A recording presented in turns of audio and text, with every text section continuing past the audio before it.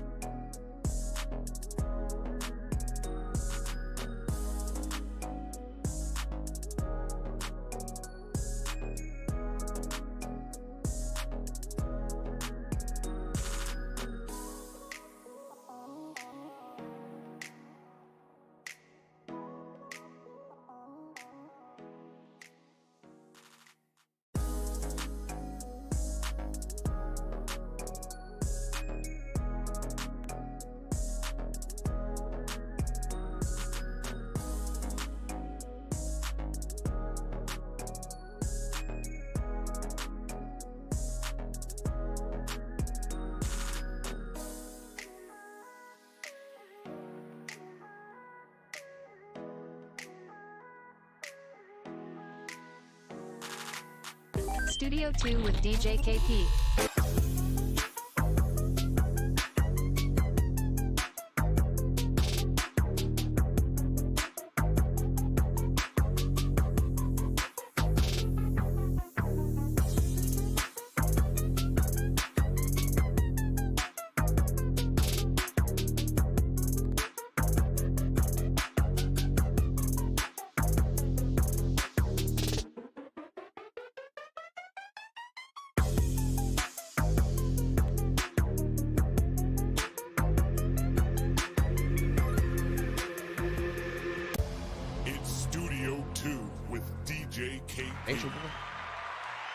What's up, everybody? Welcome to the show. Welcome back yet again. It's Monday, 9 p.m. That means you're live in Studio 2 with DJ KP. I'm your host, DJ KP. We got another amazing episode playing, guys. So make sure you stick around. Stay tuned in right here. We got a special guests. We got some call-ins coming up, some music reviews, a little bit of everything. Hope everyone had an amazing weekend. I know I did. Hey, we got Prod by Bucks in here. What's going on, man? Yeah, I had a nice gig this weekend at Warehouse. If you didn't know, guys, Warehouse is the place to be in Salisbury, Maryland on a Saturday night. That place is jumping. It's insane in there. Drinks are flying. Those kids are having a great time. Shout out to SU. Those kids are wild. But hey, guys, I'm not just alone here at the round table. Let's say what's up to Jano. Hold up. What's up? What's up? What's going on, man? How you been, bro? On, everybody, man? I've been good, man. Just been chilling, man. Grinding, you know. Same old, same old. Cool, man. Everything's doing good with the Team Jano over there on TikTok? Oh, for sure, for sure. Oh, we just finished top 92 in the U.S. yesterday on TikTok. So Hold up, what? Top 92, like new, or just top 92, period? Nah, I like everybody that streams on TikTok. Yeah, we finished top 92 in the U.S. So that was major, dude. That's 2 hours, top 100, man. 2 hours. Come on, man. We like that. We like that. So big shout out to Team Jano, man. I know the vibes. In the entire country? Entire country. Hell yeah, man. Well, hopefully it keeps going down, down, down. We're going to get you in the top 10 in no time because you deserve it, bro. You've been doing. Getting there. Been working for so long at this, too. Right, for sure, for sure. First guy in Salisbury to do it. I'm trying to tell them, man, entertainers what I do, man. They're going to see, though. They're going to see. I do that, man. You heard it here first, guys. This guy is the first to do it, and he's really trailblazing a path for everybody in Salisbury. Let's get it. Hey, and it's not just us at the round table. We have a very, very special guest here. Shout out to Branden Hudson of Salisbury MMA. What's up, bro? What's up, man? What's up? How you feeling, man? I'm so happy to have you in the studio. Always been a big fan of everything you're doing. Dude, I appreciate it. I always love being here, man. You're just crushing it. I told you before, I remember coming to like a house party here a couple times. Everyone says that. Why does everyone say that? Well, good memories. It was a hell of a party. It was a hell of a party. But no, I love what you're doing, man. I love how you're just kind of versatile on everything, and you're spreading your roots on it. Appreciate you it, can, man. So well, you got your own podcast, so I thought it was a natural fit to get you in here. If you haven't checked it out, everybody listening in, make sure you check out Champ Talk Podcast. Is that just on YouTube? No, it's on Spotify. It's on Apple iTunes or Apple Podcasts. See, now that's legit. When you get it on Apple Music and Spotify, that's legit. That's hard to do, man. Yeah. You got the video on there or just the audio? I don't know. I for sure know. Only one way to find out, guys. Go check it out. Yeah, go check it out. So we've been on a hiatus for a little bit right now. So what we're doing is we're rebranding it, and I'm actually in process of building my own studio at the gym. Nice. So, wow. Yeah, we've got up there with all the heavy bags hanging. Yeah. Well, I got a little. So when we brokered a deal with Pure Fitness and did the expansion, there was like this little excess room that I have. Because I've been up there. I didn't notice any nooks available, but I guess you got one. You got a little nook available. There was a little extra room that you could go in and kind of do your own thing, and they couldn't really do nothing with it. So I was like, I'll take it. So we just framed it in. We're working on painting it right now. We're going to have a studio, like a little lounge. And how many people you think you get in there? Probably 20, 25. Oh, wow. Okay. I was thinking something real small. That's not too bad at all. I train my coaches and stuff like that. So it'll be like a multi-purpose room, but it'll kind of be decked out, and then I'll have my studio like in like the corner that way. Mm. And if you didn't know, listening, this place is not small. Pure Fitness is humongous. Yeah. Definitely like the best facility I've ever seen, probably. Yeah. It's 75,000 square foot, and we got the entire upstairs, so we got 10,000 of that, 9,000. Yeah, I'd say it's probably the best MMA training facility in, 100 miles, something like that? I mean, arguably maybe the best on the Eastern Seaboard, to be honest with you. Like, honestly, guys, you got to go check it out if you haven't already. But let's keep introducing everybody. Let's keep going around the table. It's not just us, everybody. I don't know if you noticed with the wide angle. We got somebody else here. It's DTB Looney, big friend of the show. How y'all feeling? How you feeling, man? Thanks for coming. Chilling. I just chilling at home. You feel me? And I get the text. You want to come to interview? I'm like, fuck it. That's right. I had one more seat to fill, and I thought DTB Looney be great. He's always tuned in. He's always supporting the show. Why not get him in here? Easy to talk to, too. So appreciate you, bro. Gotta support everybody out here, man. This shit a small city, and there's a lot of people out here that don't want to see you win. But like I said before, it'll be a hometown that'll keep you in the same position you at. You gotta travel out of state to go, actually get somewhere like that. Is very true. Actually, we can kind of open it up and talk about that a little bit if you want, because like you're very right about that. Like, because familiarity is what's going to hold you back from like show business, right? You don't want that like super familiar guy who grew up down the street making it big. You want the strange kind of exotic guy. You know what I mean? That's why you do better out of town than you do locally a lot of the times. Do you feel like that's the case? Yeah, like I try to like when I'm going out in public with my people and my folks, I try to like keep my what's that word and like because you do a lot of stuff in New York, Baltimore, or you did a couple things here recently. I went to New York. We went to Queens. We went to Brooklyn. We went to Brownsville. And you got footage like on your Instagram and everything? Yeah, there's some footage. I think I got some up there. I don't know, but I got some stuff out Philly too. But I got a joint coming out on the 20th. I'm working on a bunch of music. Everything's just scattered. Jersey Beats is shouting you out right now. He's in the comments saying DTB Looney sending up the flames. You see all the comments right there, bro? Nice. They'll be getting a few. I try to keep my like, what's that word? Like rarity? Like yeah, like I see what you're going for, but like, I don't got the best vocabulary either. So like when I'm out in public, I like to stay to myself because, like, I don't speak on it, but, like, I got anxiety and PTSD. So, like, I don't, like, when I'm in public, I don't, like, trust people behind me. I don't trust people near me. Like, I'm always moved with a big crowd. Mm-hmm. And when I'm out in public, you don't even know it's just me because I always got a mask on because you feel that's interesting. That's interesting. Well, you know what, guys? I almost forgot. We got to get into the weekly warm-up, guys. I know we're not warmed up yet. You know what I do. I got a few topics, very, very light, just to get everybody talking, get everybody conversing. And I figured since we got Branden Hudson from the great Salisbury MMA in here, we got to talk about John Jones. Absolutely. We absolutely have to talk about John Jones. I'm a big John Jones fan. How about you, Branden? You liking this guy, or you're not feeling him? I love him. Hell yeah, because some people hate him, right? Well, man, listen. I put up a post right as he won it, and I was like, say what you want. he is the greatest MMA fighter of all time. Oh yeah, yep. And I do have that post. I'm gonna post that up here in just a second. And you because shared you're it. right. You're Check right. it out. And you actually, yes, I forgot. And you shared it. And some dude was on there, said some dumb shit like, "Oh, are we allowed to cuss on this? Hell yeah, yep. Said some dumb shit like, "Oh, you Don Dune's dick riders. I guess him hitting a pregnant woman when he was in a car and doing all these things." Oh yeah, I did hear about that a little bit. I don't know much about that. And it's like, bro, listen. First of all, which one of you motherfuckers are perfect? Yeah, You know what I mean? Like, first of all, nobody's talking about is he the greatest human. Nobody's talking about what he did with. We just said he's the greatest mixed martial artist, right? That's a good point. We're talking about fighting here, people. Right. Okay? And then one of my boys who are going through something right now, actually did some bullshit, some dickhead shit, right? Like he's in the doghouse in his life, so to speak.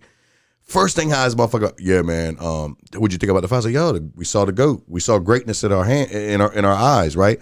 Yeah, he's kind of a piece of shit person. I'm like, bro, dude, and now you he's have Mr. no Perfect. fucking no room to talk right now, bro. Yeah, like, why are you? But and so my point is like, yo, everybody wants to judge and talk shit about people, right? But like, we just witnessed greatness. Hell yeah. Like y'all ain't like we don't get to witness greatness. We witnessed greatness with Tom Brady. Yep, you're right. He's up there with Tom Brady and Michael Jordan. That's where he's at. I witnessed greatness with Jordan. Yeah, right. That was my era. Right, like people don't understand about Jordan. I saw Jordan get mad in games and take over. Right. Yeah. So like there was way more than just what you saw in the that documentary. competitive fire that people don't have like anymore. It seems like. And we just seen a UFC fighter in today's game dominate and clear out the light heavyweight division.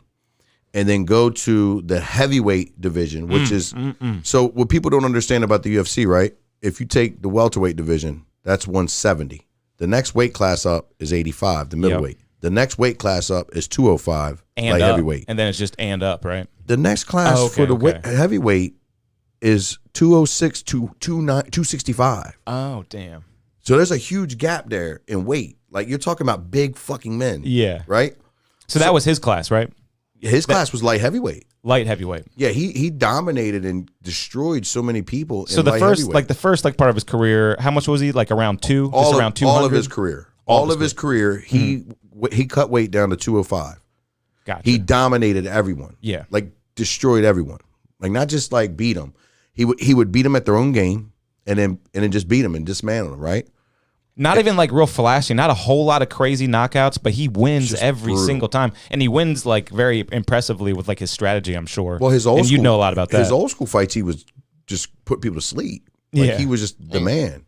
Like he was like choking people out, not conscious. He was elbowing the shit out of people. Yep. Yeah, unbelievable fighter, right? And then he goes and he takes 3 years off to get his body right and to get his pay right. Let's get that right. Let's get the money right. Yeah, he definitely did that. Let's get our money right. Definitely held out. He made 6.4 off the fight, right? Which is good for MMA fighters. Yep.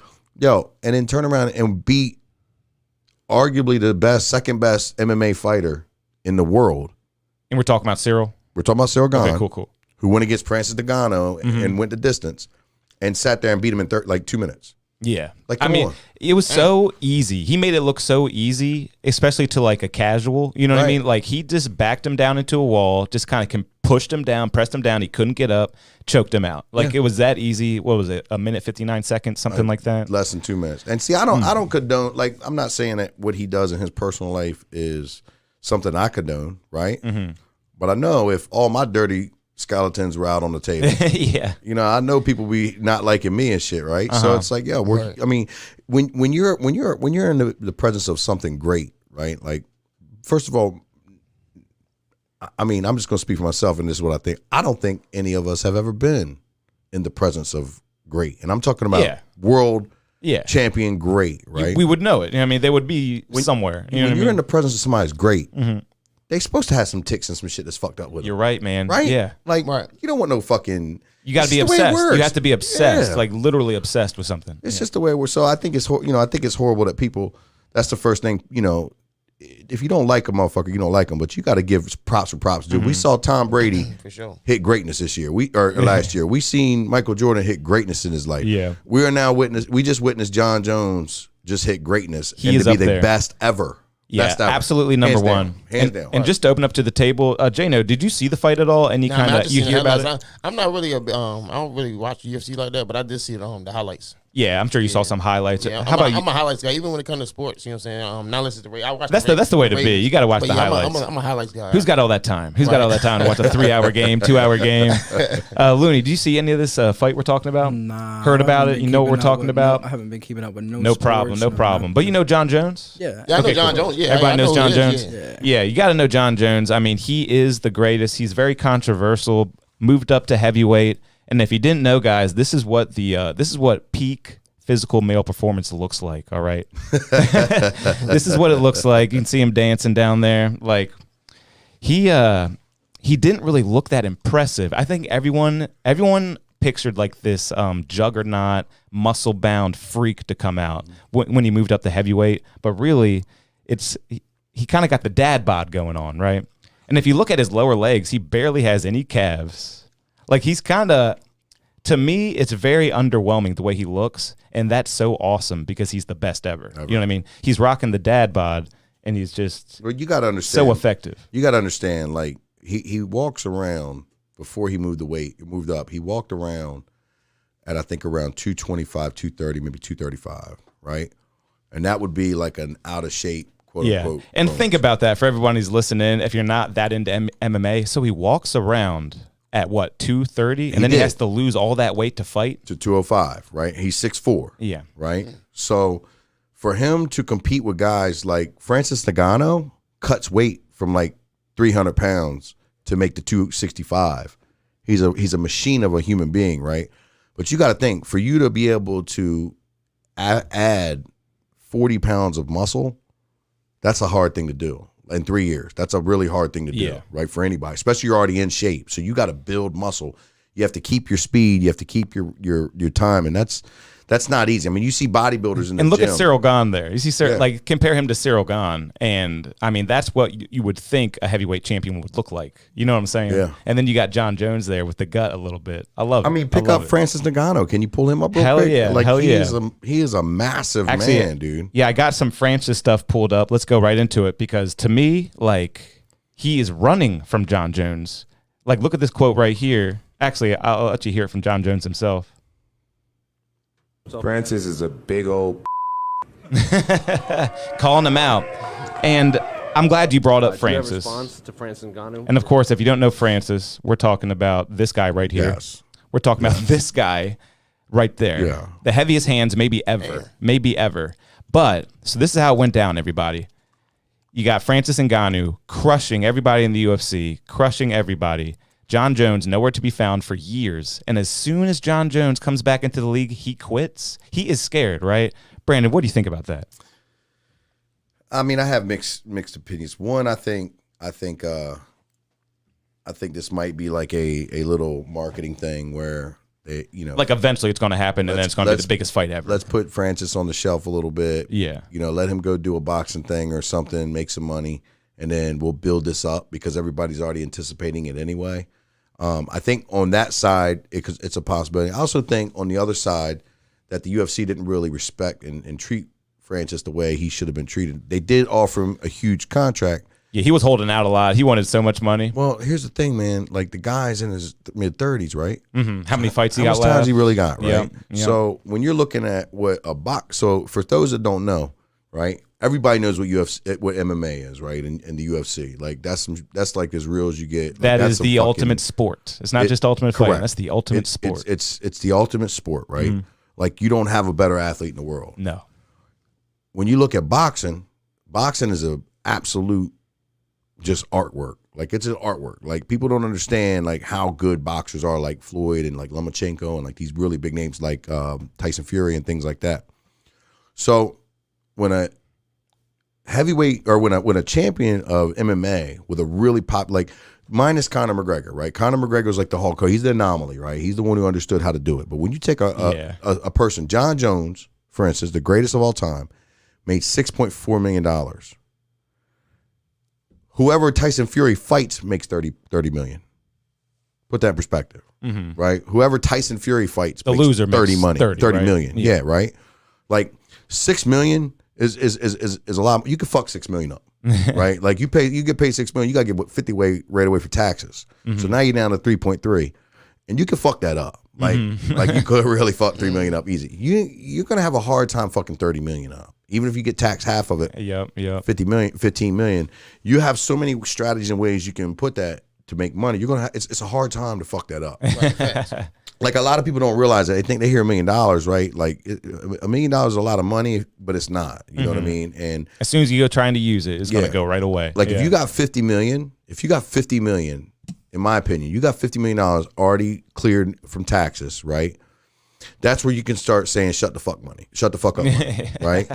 You hit 100 million, you can start saying fuck you money. There it is. You understand? Gotcha. Like in my world, like what I see. But 50 million, you can say shut the fuck up, but you can still there's a chance you can mess that up, right? Yeah. But anything under that, man, like you can have a couple bad investments go around. You can be paying for people's shit. It's so anyway. The point I'm trying to make is like for Francis to be seeing him being the greatest, taking out the greatest heavyweight ever, and him not making that kind of money and not being marketed the way he should be. I mean, it's kind of, and then he can go put up a super fight with Tyson Fury and make $50 million like Conor did. Yeah, you know what I mean. It's kind of like I can understand the point. I think Francis might have played his hand a little wrong. Yeah, I probably would have did a little. No, I think you're right. The strategy's there, but to me, man, I can't believe he left the UFC right when John Jones came back. Oh God, I can assure you that these guys aren't scared of anybody. The lightweight guys will fight the heavyweight guys. Well, let me back up. Especially when John Jones is most likely just going to choke you. Well, let me back up. These guys. They're not fearful of anybody, but they're damn sure scared to fuck the career up because nobody wants to fight Chimaev. Hamzat Chimaev. Okay. Oh, yeah. It's the CHIM, right? Yeah. Nobody wants to fight him, right? He's scary. Everybody talks that shit. They want to fight him. Nobody's signing the contract. He wants to fight anybody, right? That video of him taking the Korean Zombie over to Dana. Have you seen that? Well, he's literally, I got to pull that up, but he's literally picking up his opponent, bringing him over to Dana, and he's talking to him while the guy's kicking like a little kid. He's going, see, Dana, you got to give me more fights. That wasn't the Korean Zombie. It wasn't him? No, okay, so that's why I threw you. That's why I threw you. But that's a great clip, right? Yeah. Well, see, they say that, everybody's jumping on the Bo Nickel bandwagon just because, he's the hot guy. But is that the one who's 17-0? I know there was a guy who was 17-0 this past. This is the wrestler guy that won the first fight on the main card. But Gotcha. Yeah, I think it might be a little ploy that they're going to – and Dana White's already saying, oh, well – Nagano will never be back. Oh, come on. Okay. Just to make it bigger. It's going to be huge. It's probably the biggest fight ever. Yeah. Probably 100%. The biggest fight. And and John Jones is winning it. Yep. Oh, you think so? I do too. Dude, he's the best, dude. He's the best. He's going to fight Stipe next. And that's right. And we got a little clip about that. He's going to beat Stipe. I mean, he's obsessed, man. Yeah, check this out. So he's got to fight Stipe next. And Stipe says, I'm going to train my ass off. I'm going to beat his ass. Talking about John Jones. You don't really hear that talk coming out of Stipe a whole lot. You got to love Stipe. He's a blue-collar guy, seemingly, just real hard-nosed out of Ohio or something like that. Still works at the fire hall as a firefighter, yeah. Yeah. So he's really cool. I got John Jones all the way, as does the rest of the world. Like, we simply need the Francis fight. That's the only place left to go. Yep. Like, who else do you see him fighting? Just Stipe, right? Just he's got Stipe. There's one dude coming up. Sergio is scary. Sergio, I can't remember his last name, dude, but if you look I'll look him up. But he's like undefeated. Oh yeah, and everyone talks about bad guy John Jones all the time. Like hitting ladies or whatever he does, domestic violence. John Jones. How about good guy John Jones? Let me know if you've heard this story. Jones saved a woman who just got robbed hours before his first title fight. It's hard to believe because he was only 23 years old, but he actually captured the thief on foot. Imagine getting chased by John Jones. You just stole a lady's purse. I think it was the day of his fight. Yeah, it said that right before his championship fight. Please come. John Jones is a superhero. Okay, so check this out. He's like, well, I'm just letting you know, a lot of people get mugged here. Just as he said that, I see an old Spanish couple like screaming, and she's like, he just broke my window open, and he took all my stuff, and he's running. And I got these gazelle legs, so I'm running, right? I'm like closing in on this guy, I'm like 20 yards away. And he's like, you gotta be shitting me. John Jones about to kick my ass. 6'4", I'm gonna catch you, right? And then he trips over his own foot. I just came up with my foot and just kicked him from the back, like kind of kicked his ankle out. Greg Jackson just comes out of nowhere and jumps on the guy's back, and he starts speaking Spanish, like, and like, I'm like, you know Spanish? All right, so I'm like figure four his legs, and I sat on his legs. So it was crazy. It was good. Put him in John the old Jones figure saved- 4. Put him in the old figure 4. So pull up Sergey Sergei Pavlovich, Pavlo. Got him right here. That's the guy. He's scary. If you got any highlights on him, Was he from Russia? probably. That's one of those places, man. You Yeah. do not want to mess with him. Yeah, he's No, sir. he's probably going to be the one, He's got a background in Greco-Roman. He's a big boy, and you he can knocks tell. everybody out. I thought he was going to be like a wrestler guy. He's knocked out Taya Tavasi. He's knocked out. Oh, and that's the big guy who does he drinks from his shoe all the time, the right? Australian guy. Yeah, he's just knocking everybody out. Him, I see Curtis Blades as a tough matchup. But yeah, no, I don't see anybody. I would like to see that. I've not heard of that guy, but I would definitely watch that fight. He seems pretty cool. Yeah, I'm not seeing anybody beat Jones, man. I'm sorry. Oh yeah, and then after the fight, John Jones met up with the guy. Have you seen the MMA fighter with no legs? Yeah. He met up with him, did a little push-up contest with him. It was funny. But that guy's awesome. He's won a professional MMA fight. Yep. The guy with no legs. Yeah, he beat him in a push-up contest. Yeah, that's right. That's right. Which I mean, And I have a lot of theories about that guy, actually. I think about him all the time. So he's got no legs. So that means his upper body weight and strength is that of a heavyweight, but he could potentially fight at lightweight, right? I don't know. So that's kind of like a crazy advantage. Where did he fight? He fought in some lesser I mean, league. what weight class, you know? I don't even know, but you know what I'm saying? You chop the legs off. How much weight is that? That's a lot. That's a lot of weight. Yeah. It could potentially It's probably like 30% of 60. your weight Man, or even more. That's like 60 to 70%. Your So- legs, your so legs think are your about biggest that. muscles. So his arms are strong, like a heavyweight's arms. Mm-hmm. But he could probably fight at what, featherweight? I don't know. Isn't that crazy? I don't know where he fought. I think that's where you find the advantage with that guy. I know. Like you better like fucking kick him in his face or something. Right? Like, you can't grapple the dude because No he's more got Mr. no Nice bottom Guy half. with this guy. No That's more what he Mr. does. Nice He's Guy. got the guys down and then he's like on top of them and Yep. he rode out the decision. But yeah, you gotta do something creative with him because I mean it's like I don't know. It's kind of weird. Like obviously everybody should do and can do MMA, but it's also like who wants to be the guy to kick the guy with no legs Seriously, in right? the face? Yeah, exactly. Knock him out, Exactly. I mean, for the right money, I'll fuck him up. You know what I mean? I ain't got no problem with kicking anybody in the face with the right Hey, money. are your fighting days over? Are you still going with Nah, it? Or man, I'm done, man. No way. I No mean, way. I train every day, and I love it. You know what I mean? SBY MMA and fitness. We've got about 300 members right now. 300. Yeah, we're hovering around 300. That's a good amount. We've got a handful of lions in the stable right now that are getting ready. We got 3 fights coming up April 1st. So we got Is Jamie, that stellar fights? Yep, up at Harrington. We got Jamie Stekowski. He's one of our kickboxing coaches. He's fighting a kickboxing match. He's an older guy. He's getting done. We got Loomis and Jeans coming back. He's won a title and a couple titles actually, and he's making his MMA debut comeback. Nice. Or MMA comeback, excuse me. And then we got a new kid. You know what I mean? This kid's man. He's special, man. You know what I mean? He's just one of those guys that you're like, okay, where'd this guy come from? You know what I mean? He's making his MMA debut. We tried to do a kickboxing match with him, but we didn't necessarily couldn't line it up. But Sean Nuttall or Nuttall, I never know how to spell his name. His name's Deshaun, but he goes by Sean. But he's a blue belt in jiu-jitsu. He's got pretty good stand up.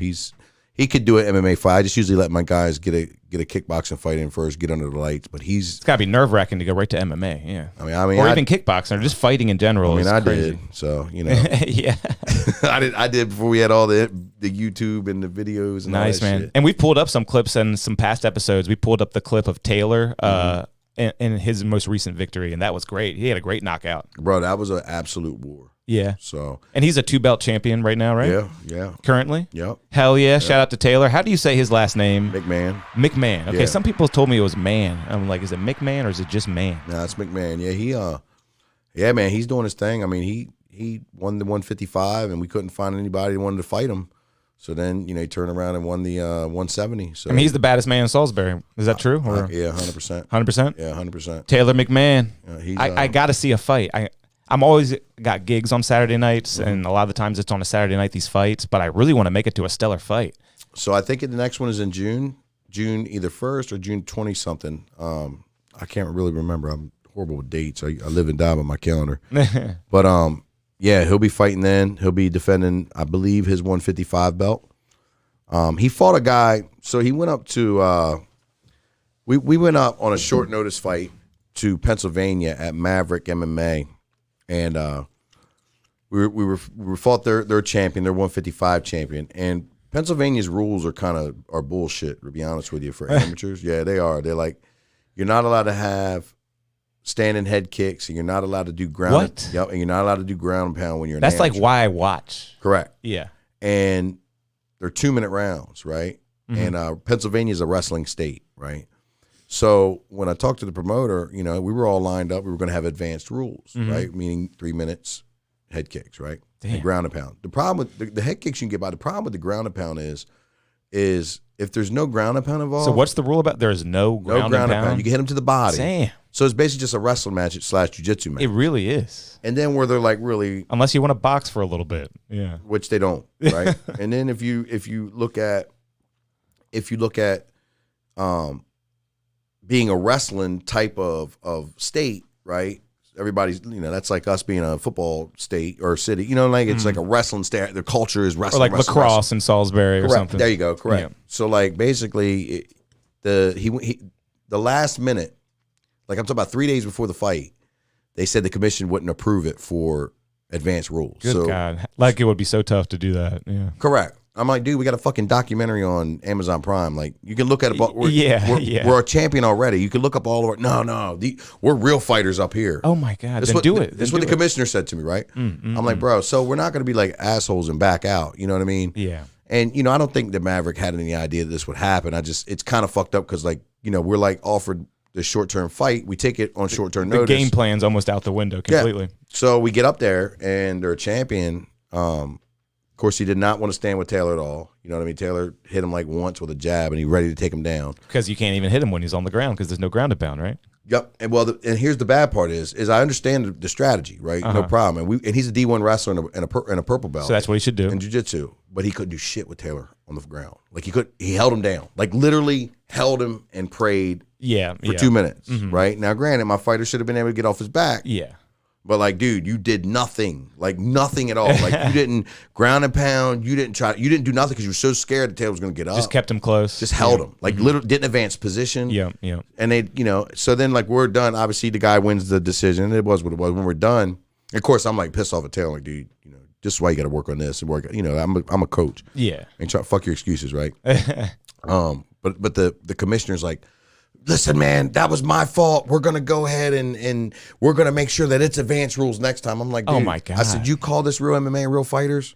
Hey. So now the fans don't even get a good fight. And they see a guy just hugging. They see two guys hugging the whole time. And I also had to check this motherfucker, right? He's a little man, got little man syndrome. I said, and listen, remember, when you talk to other men on the phone, you speak like a man. You don't sit here and shut him down like you try to do me. We're a grown man. What are you talking about? So you understand what I'm talking about, but you get away with this. And it's all man. Like, of course, the energy changes when they're in person. You know what I mean? Yeah, Don't really, absolutely. And I wasn't trying to be a Absolutely. dick, but he did talk to me disrespectfully on the phone, and I was like, all right, buddy. So I can see what this is. This is what to do. Anyway, yeah. So then I was asked, well, you're going to promise to rematch, and then all of a sudden the guy's nowhere to be found, and we don't hear the call. So crazy.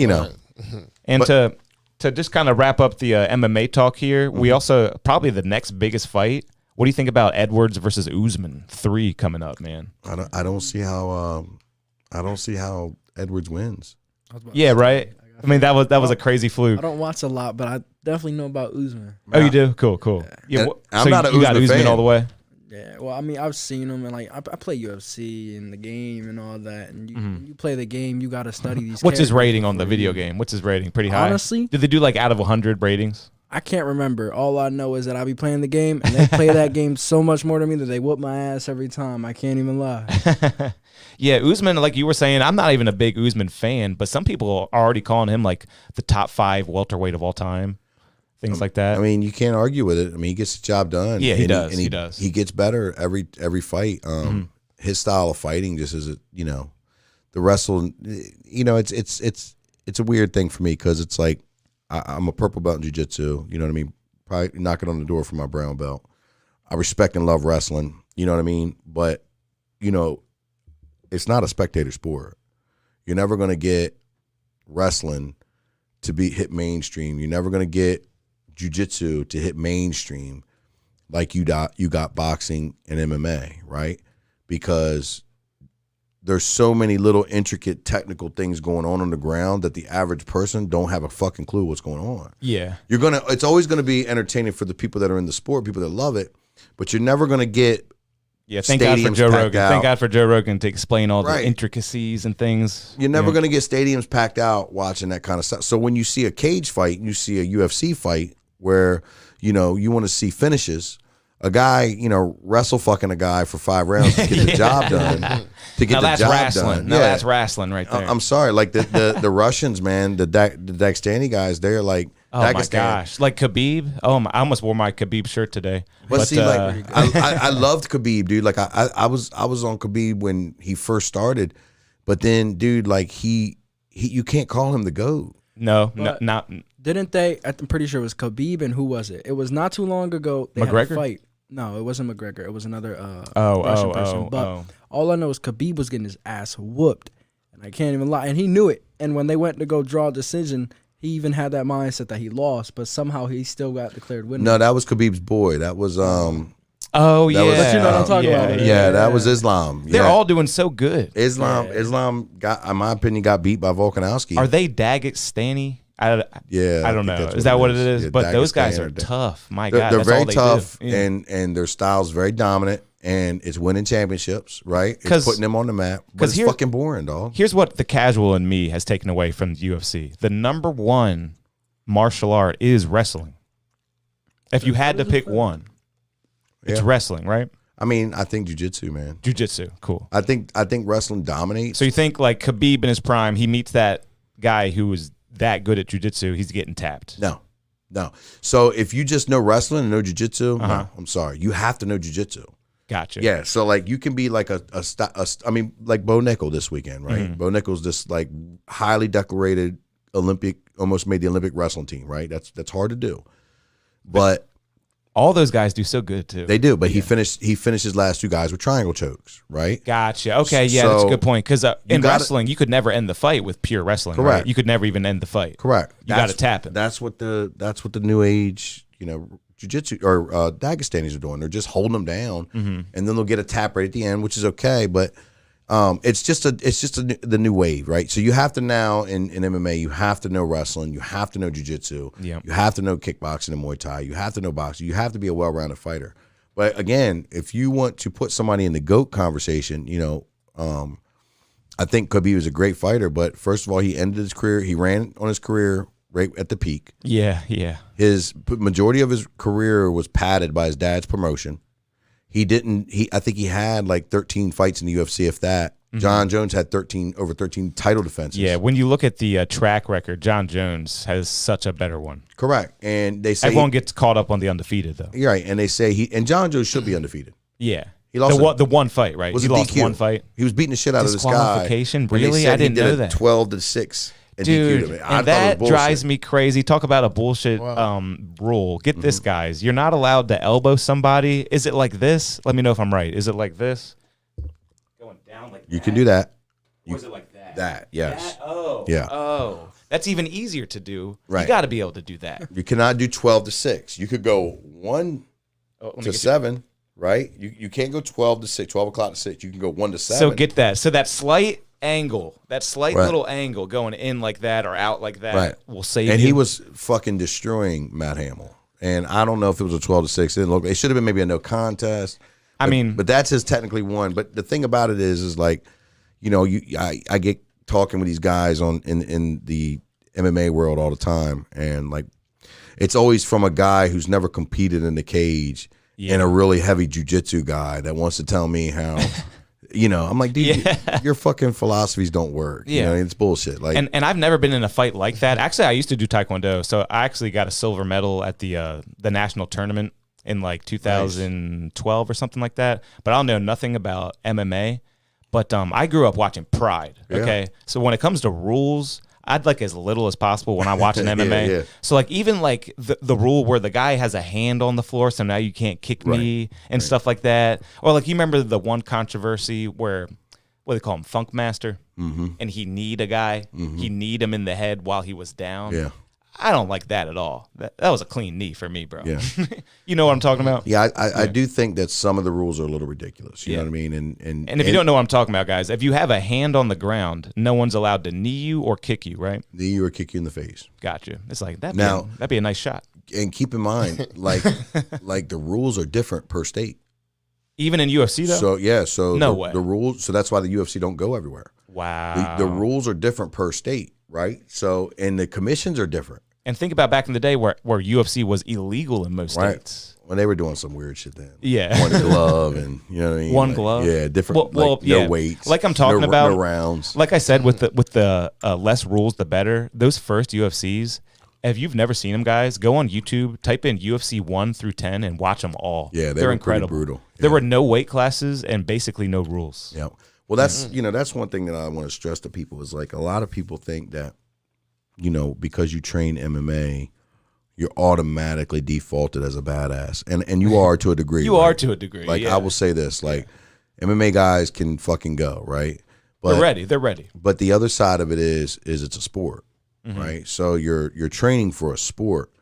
A lot of MMA guys, especially jiu-jitsu guys, get comfortable thinking that sport translates to the real world, right? So MMA guy's got a better chance in a street fight, right? MMA guy's probably gonna fuck somebody up, but it's still it's a life or death situation when you fight in these streets, right? It's foolish to gamble that situation. Yeah, we're not on the playground no more, right? Yeah. So you're on the playground, meet somebody, you want to fight somebody, we're gonna go and duke it out, and then whatever. We're not in that. We're in like if a grown man is attacking another grown man or whatever, like to me, you trying to do one of two things. You trying to take my wheels or you trying to kill me. And when I mean my wheels is my biscuits, and he ain't fucking me. You know what I mean? I ain't playing that shit, right? So hey, Salisbury's getting rough, man. Anyone ever try you around here? Oh yeah. Yeah. Yeah. I bet it's crazy, but you got to just stay humble. Try to get out of that situation. You ever have to just nail somebody? Don't be afraid to tell me now. Have I ever had to nail some? Just nail somebody. You ever throw some fist or put them in a choke or anything like that? So I got 11 fights in the cage. 11. Yeah, 11 fights. My record. And is, you've been a double champion multiple times, right? just once. I won two titles. Yeah. So my record is 5-5-1. Very modest record. Of course, I jumped in there. You know what I mean, and with no ground game. But kind of like Cowboy Cerrone, you're just always there, always ready to fight. Ready to go. So I'll put it like this: my record in the streets is probably triple that with way less losses. There we go. You know what I mean? That's what I want to hear. I didn't start MMA. Are we talking the bad streets of Salisbury or somewhere different? Yeah. Somewhere different. No, bad Salisbury. Oh wow, cool. Yeah. I grew up on. So I grew up on. And that's no joke. Salisbury's getting a lot worse. Well, I don't know about worse, but it was tough. Salisbury's then. something. It was tough then. You know what I mean? Like I grew up. You know what I mean? I love to play basketball. So as a light skinned person like myself, trying to play basketball sometimes you got tried and got So I had to fight on the courts a lot. You get past talking sometimes on the court. I didn't have any older brothers or older cousins. So I had to learn how to get tough on my own. You know what I mean? So growing up, all my friends were black and I loved hip hop. So honestly, I was like getting beat up by my black friends because I that'll thought put you in some bad situations, man. Yeah. And then I was getting beat up by my white friends because I thought I was black. I was like, dude, I just fucking love hip hop, bro. Like I just, you know what I mean? So I learned how to throw them hands quick, and So you'd say your first formal training of fighting was on the streets or in some sort of gym? Like formal training? Yeah. Like, I guess formal training is not the right way to put it. Just training in general. The first time you started fighting was street or gym?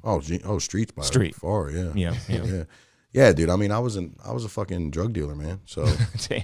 You know what I mean? That's really what catapulted me into changing my life was like, dude, I was heavy on them streets, and you know what I mean? Like, and I'm not trying to like talk this dumb shit. And I'm not trying to glamorize because that's not what I do. But, we didn't flash dance on Instagram. We didn't do all that shit. Like you didn't want people knowing what you had, but the ins and outs and shit, people knew that shit, and people try you. And I mean, You know, and again, I'm not trying to like glamorize that life because I think that I'm like with my circle and the people I grew up with, I'm one of very few people that was able to make it out, right, and make that change, right. And you've been grinding, man. You've done very well for yourself, and definitely should be proud. 100%, like honestly, 100%. You're an inspiration to a whole lot of people. If you don't follow this guy on Facebook, make sure you do it. Branden Hudson, look him up. 100%. Yeah. So I thank you. Yeah. I mean, I don't like to glamorize that shit because, you know, there's a lot of people that think that, oh well, Branden did it and made it out. Mm-hmm. You know what I mean? Like, you know, I've sacrificed and lost a lot of shit to the game. You know what I mean? And I sacrificed and lost a lot of, you know, I got fucking family members and friends, man, that were childhood family friends that, you know, we don't speak over $100. I'm like, dude, yeah. I'll wipe my ass with $100. Right? You know what I mean? But they got that, like, they fucked up that money and, you know, over something stupid. Like, nothing even like, I mean, it was $100, right? Yeah. But people wear their hearts differently than everybody. So, you know, to them, it's a shame thing. Me, I'm just like, you're my fucking, my cousin. I love you, you know, but that's how it works. I mean, I've been shot at. I've got friends that were murdered and tortured. I got fucking friends that were killed underneath the fucking apartments. Dude, story after story that I could tell you about. So yeah, it was very rough and violent growing up. Yeah, that kind of rough life will make you gravitate toward MMA, I guess. Yeah. Well, the funny story is like, you know, I was kind of like, I was like 29 years old, and you know, I was like not really a good husband to my first wife, and you know, it's just like living different lives, like 6 or 7 different lives, man, that I didn't really understand wasn't normal. Yeah, right? And like we were talking about earlier, people change, man. Look like John Jones, past and present. John Jones really looks like he's changed. Yeah, like I like the new John Jones. He seems like a good role model almost. Well, we just, you know, we live similar in path. We just live in a different society where, you know, we think it's, you know, what we do now is we judge people by today instead of looking at like, yo, this is a long life. People say life is short. That's bullshit. It's the longest thing you ever do. Yeah, it's the longest thing you ever do. That's true, too. Right? Life is short. Fact. You die early, still the longest thing you've ever done, right? Yeah, that's true. So like, yo, like, what I mean, and then we got a weird society because where people can fuck up, but if they say they're sorry, it's forgiven. Yeah. So it's like, it's weird because it's like, yo, how about we just like start looking inward and reflecting on what we're doing and start working on trying to get our house right and trying to get and that was the reason why I started MMA, because it was like, I had such a great eye-opening experience of just training hard. I didn't even want to fight, dude. I just did it because, you want to know some real shit? What pushed me over the edge, 2 things, right? Pushed me over the edge to get into the cage, right? Because you got to think, I was like a real big-time drug dealer back in the day, right? And, you know, things were going that way, right? So there's a lot of humility with that game, right? Like, you know, you get entitled and you think you're better than what you really are, and you think you're too good for doing things. Like, I was a lazy motherfucker. Like, I wouldn't, if my toilet was broke, it could have been like a $15 part that all I needed to take off, put on, I paid you somebody $200, and I ain't gonna fuck with it. Yeah, right. That's your mindset, right? A lot of people are like that, man. It is. Right. Very true. You know what I mean? So MMA kind of helped me lose some weight, and then, you know, brought like, oh shit, man, I'm 29, I'm not old. You know what I mean? Because you just town makes you feel old because you ain't in college. So all of a sudden 30, you think you're old, right? That ain't the truth. So I started doing that, and then what happened was, just some real talk. One of my stash houses got hit for like 40-some pounds. Damn. Like, to be honest, like, full transparency. See, I can talk all about this shit because, one, I don't put nobody else's name in there. Yeah. And 2, I'm a convicted felon, so you can look up my track record. Like, that, these were the things that I was going through that I had to learn on my own because I had nobody teaching me shit. So I had to figure it out. And all my friends, we were all just each other's counsel and each other's fucking look. I mean, we didn't have old heads like saying, yo, do this and do that. We were just figuring it out together, right? So one of my stash houses got hit, and then a series of multiple people fucked up the money. So I'm down and out, and this was the first time in 10 years, I got put on timeout by my connect. So I'm like, well, fuck it. I'm going to go ahead and try and fight you. No way. That was the one reason. Serious talk. I said, yo, listen how arrogant and how bad a drug dealer thinks. This $55,000, $60,000 a year job that I got, that I only work 9 to 5, Monday through Friday, isn't good enough. I need to go over here and figure out how to make some money. Like, what the fuck, dude? But that's how you think, right? You're caught up in that life. And it wasn't like the cartel or the gangs or nothing like that told me I had to stay in. Like, how do you walk away from, 10, 20, 30 racks a month? Seriously, right? You know what I mean? Like, how do you, when you're used to the lifestyle and all that. And that's all you know. So that was the first thing that pushed me. The second thing that pushed me was my cousin, A&D, Andrew Davis. Shout out right? A&D. So his punk ass, he did a show. He did his first show at Gully's, which Okay. is like I remember the name. little soul food place down by Acme. And he did a show. He came out as an artist, as a rapper. You know what I mean? We was like, yo, fuck that. I couldn't never. He got on stage. It was supposed to be this packed house with like 2,000 people there, 200 people there, something crazy. It was like 30 of his homeboys there, 30 people. And he got on that stage and didn't break sweat and performed his ass off in front of 30 of his friends, who they are the first ones to judge you and talk about. We talked on there about how, you know, your city won't support you. Well, bro, like, Jesus got crucified in his own town, right? You're never going to get the love that you think you should get in your own city because you got to go outside here. You're exactly right with that. So I saw my cousin get up there and get on the stage in front of 20 of his high school friends and peers and rock it like it was 200 people there. I said, man, I can go in there and fight and get beat up in the cage and see what's happening. Wow. So that pushed me to do it. And, you know, I really didn't have much training, but I was nice with the hands. Just kind of inspired you to take the plunge, you know. When you hang out with the black boys, you can box. You know what I mean? Like that's what it is. Right? Probably some slap boxing going on the court a little bit. So so the little story, when I tried my first one, right, didn't get beat like I saw on the TV, right. The guy held me down. I dropped him in the third round. It's controversial, right. All my shit's on YouTube. You can check it out. I got shaved head back then. My second fight, I came out. I fought this purple belt in jiu-jitsu. I wasn't no belt in jiu-jitsu. I didn't know what the fuck jiu-jitsu was. Man, I'm good. I got these hands, like stupid, let's train MMA shit. Dropped the guy right off the jump, right? He got back up, tapped me in 2 minutes. No way. Check it out. I'm 0-2, right? I've sold more tickets at both Stellar Fights. This is like Stellar Fights 3 and Stellar Fights 5. We're at like 50-some. I sold more tickets than anybody else. I was the only motherfucker coming out with my own banner, my own sponsors. Dude, I was a hustler at heart. Like, so 0-2, but you're the people's champ. Sold more tickets. Yeah, well, you know, I was in the game, right? Yeah. So motherfuckers either wanted to see me get my ass whooped like I deserved. That's great. Or they wanted to fucking support me, or they, you know what I mean? They just fucked with me and just said I'm cool. You know what I mean? Buy a bag, buy a ticket, I'm coming, right? Yeah. So my third fight, I went in there and I was like, look, if I don't win this fight, it is what it is, right? I'm done. And I mean, if you can't get people to come out and support your cage fight, then they won't come out for anything. It's not like, hey, I got a little event or I got a concert, I'm doing this, I'm doing that. No, I'm literally fighting for my life in a cage. Will you come watch? You'd be surprised. Yeah. And here's the other thing is like half these guys, you know what I mean? Like I love Jay-Z's verse in the old H to the Izzo, you know what I mean?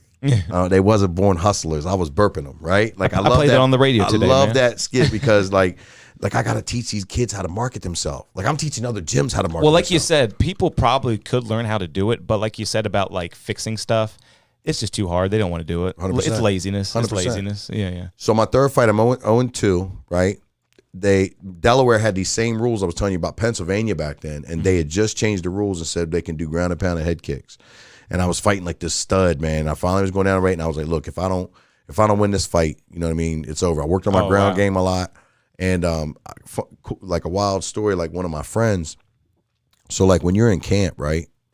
Like camp, you're supposed to like completely be like all in. Like you got an 8-week or a 10-week or a 12-week camp, and like that's when like strict dieting, 2-a-days, like you're sacrificing everything, no smoking, no drinking, no nothing, right? And you start really getting in tune with like everything, like you're like everything, like you get in tune with life, God, whatever you believe. You're right? totally right. Like at a point, once you've had, like you said, no smoking, no drinking, all health, like nutrition's on point, that sobriety gets to a point where it's just like clarity. Oh man, it's just like super, super clear. Massive. I love that feeling, but it takes a lot of discipline. It certainly does. Yeah. And I was very disciplined at it then, just in my camps. So like we were like 2 weeks in, and one of my good friends, she went to wake up her daughter for school the next day, and her daughter was passed away in the night. Yep, she passed. She was 8 years old, 8 or 9 years old, and she passed away with a seizure. Damn. And you know, like man, that hit so hard because I got a 8, 9 year old at home. Oh really? Daughter as well. Yeah, both daughters as well. And dude, it just. You know, you just felt it to the core, man. And so somehow, some way, shape, or form, we were able to convince her to come out to the fight like 6 weeks later, right? Yeah. You know, she had obviously and without a doubt struggled majorly with that kind of shit. And for her to just to come out, right? So I ended up talking the promoter into matching me. I was like, look, man, I just want to help out. I'm going to donate my fight proceeds. Oh, cool. And if you match me, and Brad, my partner, we do the Salisbury fights. We ended up becoming partners later on. You know, he's like, of course. And I ended up winning the fight off my back, right? And that was like kind of the sign for me to. And you said you worked on your ground game, so yeah. I mean, I was still shit, but you know, what I mean, it was like I was just wasn't like I was like not like wet moist shit. I was probably like a little dry shit. There you go. But I was kind of like the changing point, dude. So what ended up happening was at the time, this was like 2012, man, 2011, and back then, like like the economy was still fucked up. Salisbury, like I was losing people to death. I was losing people. I got a homeboy, you know, was on his 20th year incarcerated. I mean, I was losing so many friends and people and suicide. I mean, like in my life, my world, and that shit was real fucked up. And you know, it was a light bulb that went off. I was like, man, look, dude. And I sold more tickets at that fight than I'd sold at any fight, right? So I'm a loser. I'm an 0-2 loser. Selling more tickets, and I'm like, dude, this must be a sign. Like, if I can it's go a business in the cage, at the very, you know, at the end of the line. Well, at the end of the day. Back then, I looked at it like this: if I can go in the cage and inspire, you know, 1,000 people, and they're got one thing to cheer and root for and be happy for a night, fuck it, I'll get my ass kicked for 15 minutes. I ain't worried about it. And I just never expected it to like turn into what it turned into today, because I ain't got no rich uncle. I got popped, so I ain't got no drug money. You know, none of that shit came with me. You know what I mean? Like there was so many odds against, you know what I mean? And you know, talking to this young man over here, being an artist, you know what I mean? I know what you do, you know, Jano, like it's that perseverance, man. That's not that non-giving up type of mentality, man, where like, yo, you're going to take these losses and these hits. But if, look, I know I get long-winded, but I'm going to tell y'all something real quick. I know the secret to success. Like literally, like I actually know the actual secret to success. Here we go, guys. Y'all ready? Show up every day and don't quit. That's right, man. That's what they say. Showing up is half the battle or something like that. What's the old saying? Showing up. Is that it? Showing up is half the battle? I don't know, but I know that. That is so true. That's the hardest part, just getting up and going. I know that everybody was like leaning in, and they were like waiting for me to shake a branch and like pick off crow's feet. They was like, what the fuck is it, right? But like, yo, we don't realize, like, if you show up every day, right, that's going to help you figure out the things they can't teach you in books, that nobody can mentor you, that nobody can explain to you. It's like, experience, right? It's learning on the ground, right? Ground zero, right? And then right about when shit just looks as bleak as possible and shit is just completely like fucking fucked up, you think the world is again, you think everything is crumbling down. That's a brick wall that you're hitting in business, in life, in your relationship, in anything. That's a brick wall that you're hitting. And listen, what's the great thing about brick walls? There's usually a breakthrough.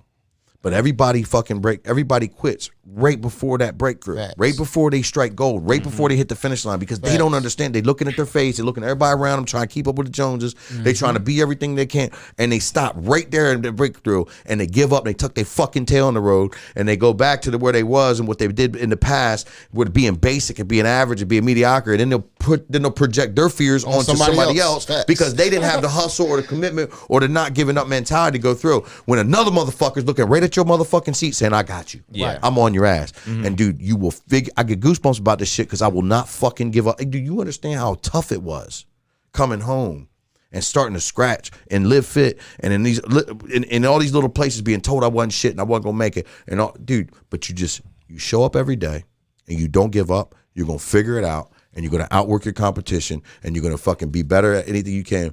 And it shit just falls together, brother. I'm telling you. It's all about hard work and experience, man. It's not even complicated. Yeah, like you said, you can lean in and wait for those perfect words to come out, but it's really not even complicated. Show up, get some experience, do some hard work, man. Yo, it's simple, but it ain't easy. Like they said, persistency is key. Nobody's gonna believe in you more than yourself. You let the world try to take over. You try to listen to everybody else's opinion. It's not gonna help you. It's just gonna bring you down because they don't see the vision you see.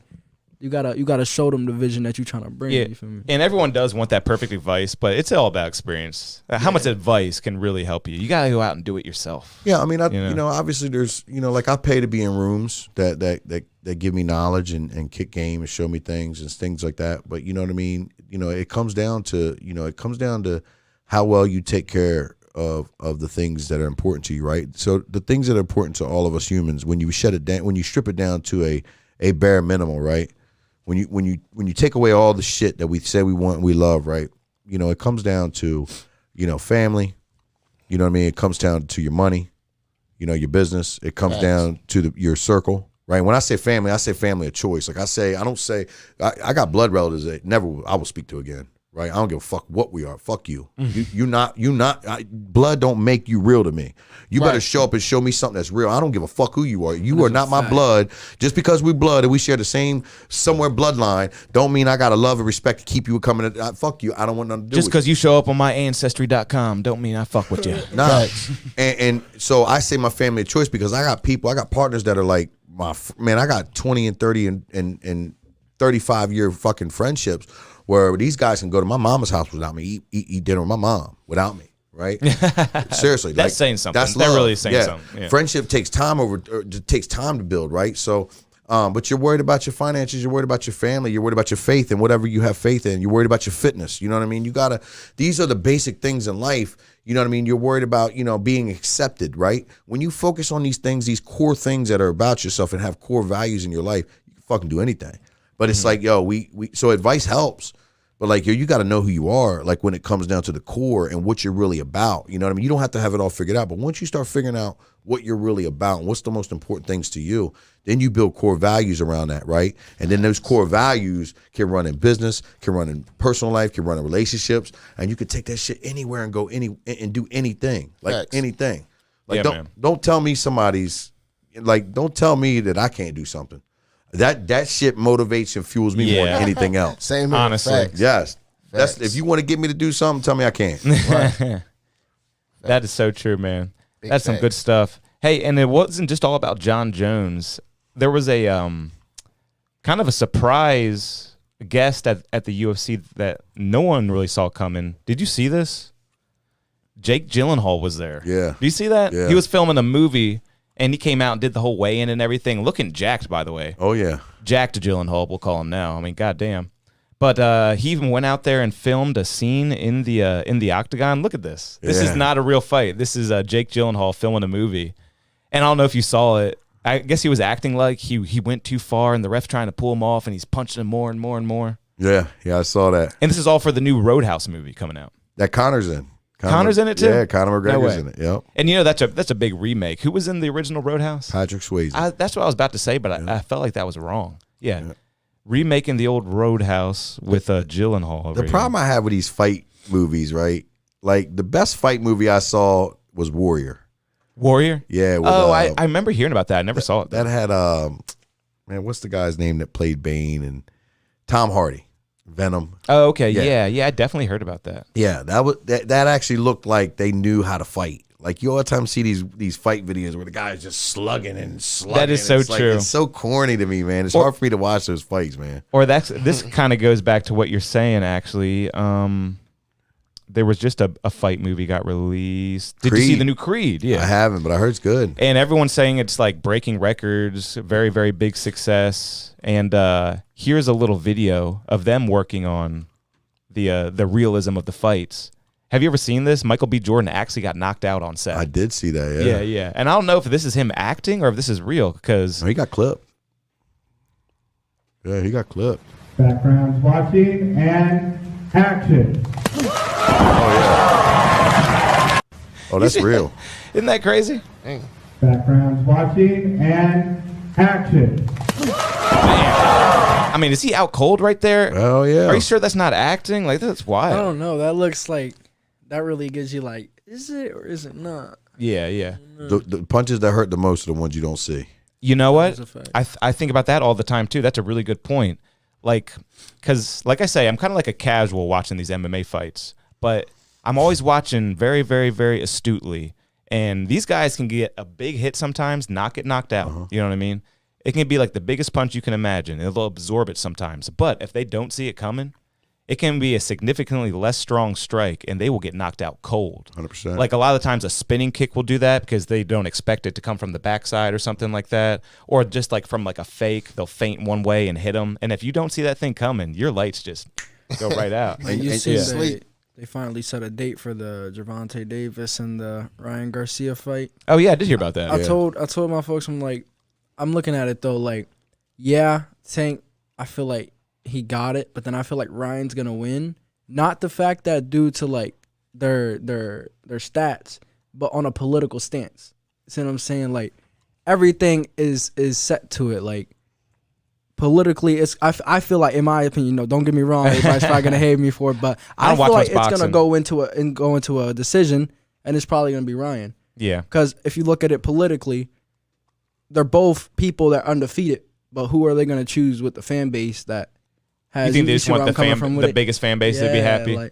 Yeah, honestly, I'm not into boxing. I can only do MMA, man. I cannot watch boxing. That's what I'm saying. I cannot watch boxing. So corrupt, yo. That's what I'm saying. Yeah, I from a person in the game, I think Ryan Garcia's got extremely crazy speed. Mm-hmm. But man, dude, it's hard to say he's gonna beat Tank. Man, Tank is a fucking monster, dude. Tank is a monster. You're gonna see him, man, get pushed for the first time. I know that because that'll be a good fight. I'd sell a lot of tickets, man. Yeah, it sounds like a big one. And then Francis against the Gypsy King will be big too. If that ever happens. If that happens. Yeah. And in other sports news, let me know if you heard about this one, guys. Ja Morant, all right? He's been arrested. He's literally been arrested for going to a mall and beating up a 17-year-old. Have you heard about this? Was this the guy who got in trouble for flashing the gun? Yeah, exactly. This is NBA's like top 5 most popular player. Like, this is what this guy can do on the court. Check this out. Oh, yeah, he's a problem. Damn. Like, this guy is impressive. One of the best in the world. He's a problem. Huge role model. This is like... And just like Jano said, he is a problem. He's been arrested. Apparently, his mom was at the mall in finish line, got into a little verbal altercation with a 17-year-old employee. So Ja brings 9 of his goon friends over to the mall, beats him up, many punches to the face, flashes a gun in his face, then leaves. He's done. And then the next morning goes to a nightclub, flashes the gun on his Instagram live in the nightclub. Yeah, but there's a bunch of memes going on around him. Like, didn't he come from like a really good background and go to a private school? Yes, he did. Yeah, he did. They said that he did come from a good background. That's what I'm saying. Dude, like, check this out. Actually, this is hilarious. You'll love this. Chem Star is crushing the memes right now with him. Like, it's You've probably seen this one then. But I know something about you. Yeah. You went to Cranbrook. That's a private school. What's the matter, dog? You in Paris? This guy's a gangster. His real name's Clarence. You see what they're doing? They're taking the 8 Mile song and they're applying it to Ja Morant. He came from a very, very rich neighborhood, rich family. This is hilarious. Whoever made this meme.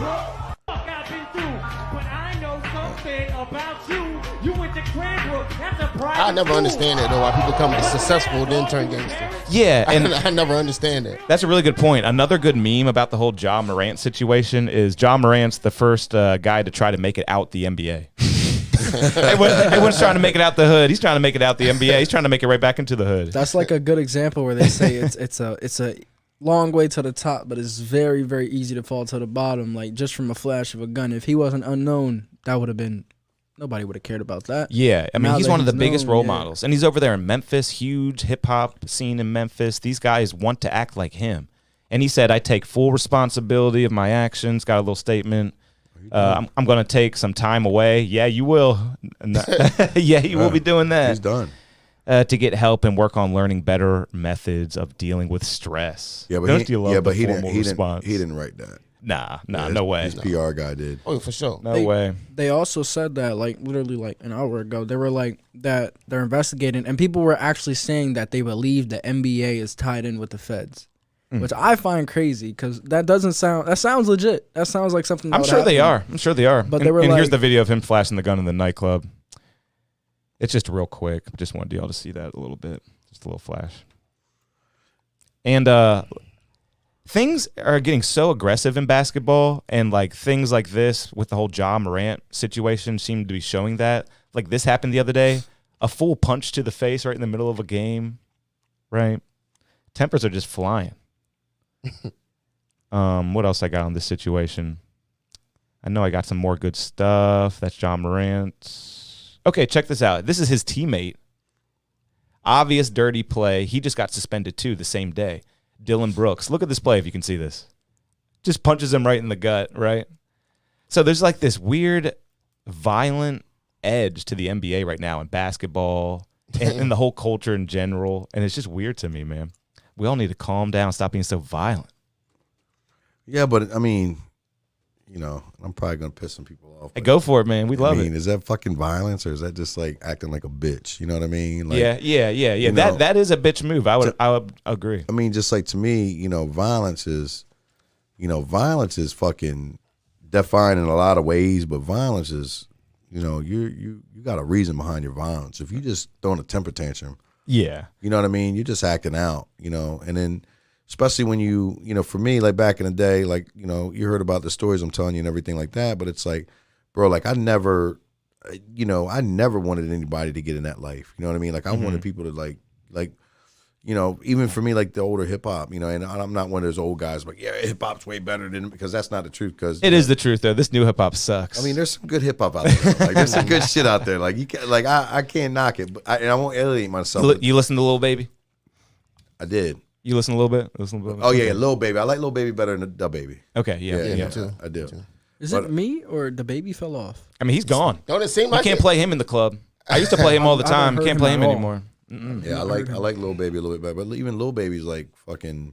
That's what I mean. I don't Sound really like like he's Lil like- Baby. I don't get it. Yeah. And I'm a hip hop producer, and I don't get it. I'll make you sound like him if you want, but I just don't get it. It's just the track, man. It's just the way, like, it's the trend. But for me, like back in the day, like hip hop was trying to talk about how to beat the struggle and get out of the struggle. It seemed like nowadays it talks about going back to the struggle and like, you know, it's just like, dude, I don't want to be in that. You know what I mean? Like I want to get above that. And I mean, I understand it all sells, but Yeah, and like I just said, like John Morant's trying to make it out the NBA. Like that is so backwards, man. Calm down, put the guns away, go to your nice mansion and chill. But you're talking about music. Let's get into a little bit of music. Eminem has had a resurgence over the past 2 years. Do you know that in 2022 he was the most viewed artist on YouTube? wow. And now he is the most viewed artist in February. Like it just continues. It used to always be Drake and NBA YoungBoy. Eminem, out of nowhere, the kids love him. What do you think about that? You like that? Did you like Eminem growing up, being a white boy, you know, hanging out with the black kids? I mean, I thought his style was corny. I mean, I liked his I liked his music, but I mean, it was just like. So you really weren't into him. I mean, I wasn't like you guys. Some guys that were like obsessed with him. So what I was. I had the Marshall Mathers LP. That was pretty good. I like that. I got I had the CDs. Like you had to go buy CDs back then. You had to, when you had a mixtape, you actually had a mixtape. You know what I mean? But you know, my flavors. You know, obviously I was a rock boy. You know, I loved like Rockefeller and State Property back then. I loved Dipset. I loved the Locks. You know, I loved 50 when he was killing the mixtapes. Nice. Big Jay-Z guy. Oh yeah. Yeah. You know what I mean? I liked Papoose and, you know, the old what's the name from Philly? Cassidy, you know what I mean? Like I like those. Actually, here's a big topic that's been on the internet since we mentioned Jay-Z. Lil Wayne said he's better than Jay-Z. Everyone's been talking about this. I fucked with Wayne. Who heavy. do you got? Wayne or Jay-Z? You got to pick one. I got Wayne. Jano right away got Wayne. But Jano right based away. upon what, right? So that's Talking about rapping, right? Yeah, right. hell Yeah, yeah, Wayne. I got Wayne. 100%. Wayne. I got Wayne. Rapping like Wayne, but like, you know, like I think when you have these top 5 conversations, they have to be categoried, right? Like how Like you Jay-Z's done so much. Is that what you mean? I mean, dude, I learned everything about life from Jay-Z. I learned everything about how hustling from Jay-Z. Like That shit really works. Yeah, you go back. Damn, I didn't know that. You go back to Volume 3 and before, and the Dynasty, and you know, man, dude, he was spitting game. Like he was teaching you how to fucking the ins and outs. You know? Yeah, what I he mean? really did seem knowledgeable as a rapper. You know, once he got into the, you know, I think it was the Black album and on, it just was like, you know, it was that kind of like that older, mature Jay who'd already made it. But DTB Looney, who you got out of the Lil Wayne Jay-Z debate? Pretty sure Lil Wayne. So that's everybody got They're Lil both Wayne. good, but if you look at it though, Lil Wayne, he's still like, they're both still popping, but Lil Wayne kind of fell off a little bit, but he's still like, there's not a lot of people out here that fell off. And Yeah, came he right really back. hasn't even really fell off. He's got some hits like in every single like decade for sure. Wayne crushes it. Wayne's a crazy lyricist. You know what I mean? He's probably the best of all time. I feel like because he ain't got to do shit else. You know what I'm saying? He got Drake. You know what I'm saying? Like, Yeah. like the #1 artist in the world. I mean, Young Money. Yeah, but does he still get paid by Drake? I heard he doesn't get paid by Drake. I'm pretty sure he got something to do with it though. You know what I'm saying? I seen that they were talking about it, and I can't remember what it was, but Michael Jackson, when he did music, I think he did like, what was it? Don't get me lying. I'm trying to remember 50, but 50% of it. But he did like, what was his own like little label or whatever, And like Michael Jackson? Yeah, and he like did co-sign for like music for a and he like did co-sign for like music for a bunch of artists, and he got 50% of their cut for every. I have heard they something made. like that. He used to sign artists, yeah, right? Yeah, and he made a lot of money off of that. I'm just like, Yeah, a lot of people are selling their whole catalogs nowadays. Like I don't know if you saw it, but the richest artist of last year, 2022, was actually oh man, I can't even think of the name, but it's like a rock band from the 70s because they sold their catalog. Moving on. But yeah, music, we were talking about everyone's a little bit too violent. The culture's a little crazy. Stampede outside New York concert featuring Glorilla leaves 1 dead, several injured. There was a shooting, ended up being a false shooting. A lot of people have been talking about this. But, yeah, prayers to everybody. Be safe at these concerts, guys. That's tough, man. And this one is kind of funny, kind of not funny. A Florida rapper has been arrested after he fatally shot a rival gang member and then bragged about the murder in a rap song.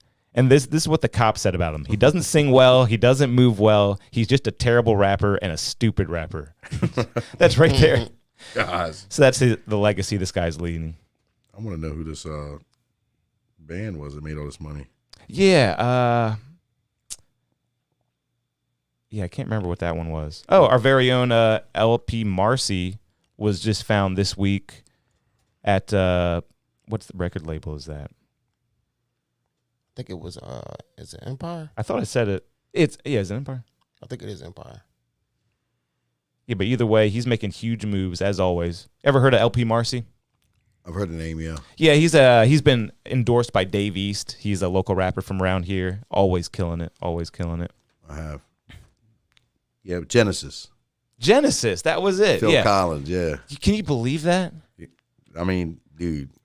So Phil Collins, he's really the man behind that. Yeah, I mean, they got that one song, That The Air of the Night. Yeah. The drum song. Everyone loves that.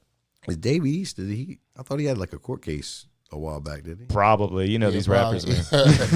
These rappers. Who was the rapper that shot it up in the club? I don't think it was Dave East. It was a New York rapper. Was it DaBaby? It was it was before COVID though. Like they saw him shooting in the club on the tape. Like, damn, I think do it was remember Dave seeing it. East. I can't keep it all straight though. It might have been him. A bunch of them. Yeah, people be doing the wildest stuff. they all telling on each other. Troy Ave. But hey, it's not all craziness. Was it Troy Ave? I think it might win Troy Ave. Yeah. What did he get? I know they got a camera from shooting inside that club that time. I think this might be what you talking about. Yeah. And speaking of music, there was a local show this past weekend. It looked very successful. Shout out to Bob, Gnarly, and everybody who made it possible. Check out this clip. Took place in the Lurking Class skate shop, actually. That's a skateboard shop. Who is that right there? I do not know. You talking about performing? Yeah. Is he rapping or is he just hyping him up? I'm pretty sure that's. I know Nature Boy was involved, but I do not think that's Nature Boy. I don't think I met him yet. I know it's on Nature Boy's page though. And then I got another clip, I believe. So is this like a building to do shows at, or the first one? No, literally just a skate shop that they do shows at. I think this is the second one, right? Mm-hmm. So Bob Gnarly is actually one of my students. Awesome. Cool. Yeah. Hell yeah. Yeah, we go way back. Yeah. You and Bob? Yeah. Oh yeah. Oh, no way. I didn't know that. Sure. So hopefully he keeps doing this. Hopefully he keeps booking local hip-hop shows. And I know he does rock and metal and all that. The guy at the shop's really, really cool. I've known that guy for a little bit. He used to be in a bunch of metal bands, the owner of the skateboard shop. But I love seeing local shows happen. That's for sure. Keep it up, guys. Yeah, I think he was the first one to start recording me. I'm not gonna lie, that song sounded pretty hard. Yeah, I think that might. Hopefully that was local artist. Yeah, I'm not sure though. But our favorite photographer was there. Check out Harrison on Instagram. Harrison shot this. If I knew, I definitely would have popped out. Yeah, right? Yeah, I didn't even know about it. I had a gig. I was at Warehouse. Like I said, Warehouse on Saturday nights is insane. If you like a crazy party, that's where you want to be. Trust me. Warehouse on a Saturday night. Those kids go crazy. That would be so lit if Warehouse allowed people to do shows in there. Yeah, it would. I should talk to them now that I'm finally good with the Warehouse people. I've been trying to get in there for a long time. Because, like, SU, they got a great fan base, a great group of kids. Check it out right here. If you're not following Salisbury Chicks, you need to follow them. Seen the other one? They made, like, you seen the Barstools DMV?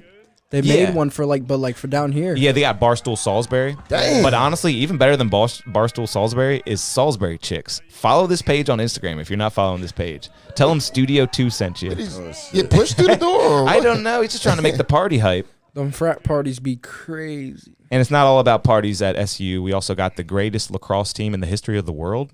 It's almost springtime. Just want to remind everybody, go check out a lacrosse game. Like, it's so legit here at Salisbury.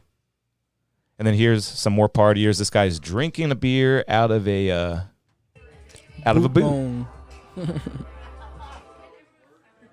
I'm sure you've had a lot of boots like that in your life, man. I'm not gonna lie. I've tried the beer bong before. I was at a frat party, right? This is a crazy story. So Okay, here we go. I'm at a frat party, and they're like, "Come on, do the beer bong, do the beer bong." And mind you, they pour 2 Bud Lights. I don't even drink like that. And the only thing I drink is like Douce. I don't like beer or whatever. So I do it. I did it halfway, but I was like, I couldn't do it no more. Yeah, It was if just you're like, not ready for that, yeah, you can't do it. That's a lot. I'm gonna stick to my pot. Can't hang with the college kids. That's crazy, man. But like Brandon was saying, if you want to get into MMA, you have to check out Salisbury MMA. That's the best facility in 100 miles. Go sign up. Go check out the facilities. Go look them up on Instagram. Yeah, it's you can follow SBY MMA and Fitness on Instagram. We've got all the information you need. You can go to the website. You can hit me up on Facebook. It's right there in Pure Fitness. It's right there. We got the whole upstairs in Pure Fitness. We've got kids programs. We got adult programs. We got multiple disciplines. So it's not just like an MMA school where you go and you got a boxing coach or jiu-jitsu. You got a boxing program, a jiu-jitsu program, a kickboxing program, a wrestling program. And a whole karate gym. program, and a whole gym. And a crazy big gym. Oh, and you talk about a vibe. Yeah. I mean, Pure Fitness is a vibe. Hell yeah. So you basically like live in the gym. I'm sure you see some crazy stuff in there. Yeah. Great people watching, right? Yeah, man. You know, it's a lot of people think like, you know, the hot chicks with, you know, the spandex. It's a great place to see some hot chicks and spandex. Yeah, you're going to see some beautiful people in there. But like a lot of people that aren't normal gym goers that think like the hot chicks with the leggings up their butts and like the dudes that are all like, they think like they're like the ladies put on a show there too. I mean, yeah, goddamn. but yo, like these people are the most insecure people you'd ever meet. Yeah, right. Like a lot of heavy, it's a cry for help. A lot of people, well, not really. They're so worried about their muscles and their pics and their videos and shit, right? Like, you know, it's whatever floats your boat. You know what I mean? I'm not gonna like the bathroom's crazy because you walk through the locker room and like you have like 6 dudes lined up side by side, all flexing and shit. Oh yeah, Like, some of them try to hide it. Some of them are shameless. People like, are walking by. Oh, dude, I'm like, bro, this is like uncomfortable. You know what I mean? But I don't say nothing because you know whatever. You know, everybody got their own journey. But you ever see anything like this happen though, like on the equipment or anything like that? Look at this guy falls right back into this guy on like any weird mishaps on the treadmill. Somebody falls once a week. That's embarrassing. That's embarrassing. It happens. You have to quit the gym if you fall back into someone else's treadmill like that. I seen a video one time though. There was a worker at the gym, and the lady was doing her pull-up bars or whatever, and he was walking back that way, and she thought he was looking at him through the mirror. That was viral. Yeah, I saw that. They wound up getting into a confrontation, and he wound up kicking her out the gym and canceling her membership. Yeah, did you see that? That was actually viral what he was talking about. I think I saw something about it. Yeah, and like you said, this narcissistic chick is filming herself, which so many people are in the background. Yeah. So if you're in the gym and someone has a camera on you, you might look at it and see some poor guy glancing at the camera, and it's like, oh my God, you're staring at me, tries to get him kicked out. Well, let me tell you something. Every time I see a camera that's going, I'm like, hey man, if that's what you want to do, make sure. But if I do catch the view of it, yeah, I always do something weird. You owe it to him. Yeah, you're going to get something weird out. You're going to have to edit that clip. You know what I mean? Yeah. Or you're going viral. Yeah, one of the two. One of the two. But yeah, man, check the gym out, man. We're located. We do 3 free classes, and you know, if you message me, I'm on Facebook, Branden with it, DEN Hudson. We got a lot of cool things going on. I also work with I also recruit real estate agents for the Maryland and Delaware group. Oh yeah, that's really interesting. So you know, if you're looking to get into real estate, you know, you want to change your career, you know, we'll actually pay for your schooling. Man, who wouldn't want to do that? You want to make some money, guys? 100%. Check out real estate. 100%. And then we also we got the podcast, and then I'm partnered with Stellar Fights, so we bring the Salisbury shows. So we got some good news about bringing multiple shows into town. So Civic Center. Civic Centers. We've done two. Doesn't really matter where it's at. Yep. We got a deal with DSN, so we're working on some cool things that we got going DSN, on. that's huge. Yeah, so we have a deal with them. All the last 2 fights are on there. Nice. Yeah, we got some cool things. So, if you guys got any questions, anybody need anything, man, hit me up. But, dude, it's been a pleasure being on your show, dude. Hey, thanks for coming in, guys. I appreciate y'all, He's man. heading out, but that's Branden Hudson of Salisbury MMA. Appreciate you coming through, man. Be safe out there. Yeah, man. That is awesome. That is awesome. Nice seeing you, man. Thank you, All right, bro. Appreciate you, man. Yeah, man. I'll hit you up. All right, thank you, man. Shoot, I did see this one video. It's kind of funny. The dude walks into a private gym, right?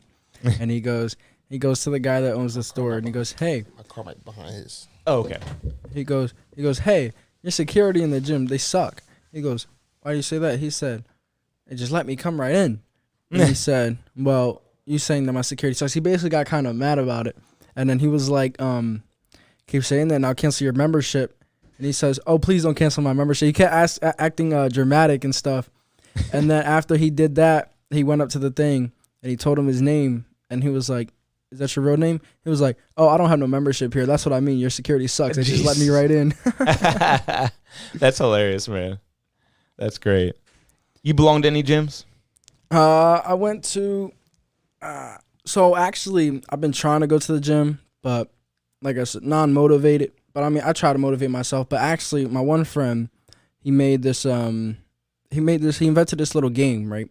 It's with the weights, and he calls it Crazy Eights. Basically, you lift it 8 times like this, and then you go this way, and then you lift it 8 times like that. Switch the grip. And then you keep doing it till you go down from 8. Nice, cool. Nice routine right there. Pretty Some cool. tips from Looney. You want to get jacked for the summertime. Shoot, don't Just know that the one that made that game was a man named Alex Hernandez. All right. Here's some more clips. Man, I had so many clips saved up here, but he had a lot of good points to make. So let's get back into this weekly warm-up, guys. I got a lot of stuff to do. We lost a lot of viewers, but hey, everybody share this live, everyone. Share the live for me. The easiest way you can support is to subscribe to the page. We got a whole lot of, we got about a half hour of show left. Stick with us. Probably get into some music reviews. Let's go ahead and continue this weekly warm-up.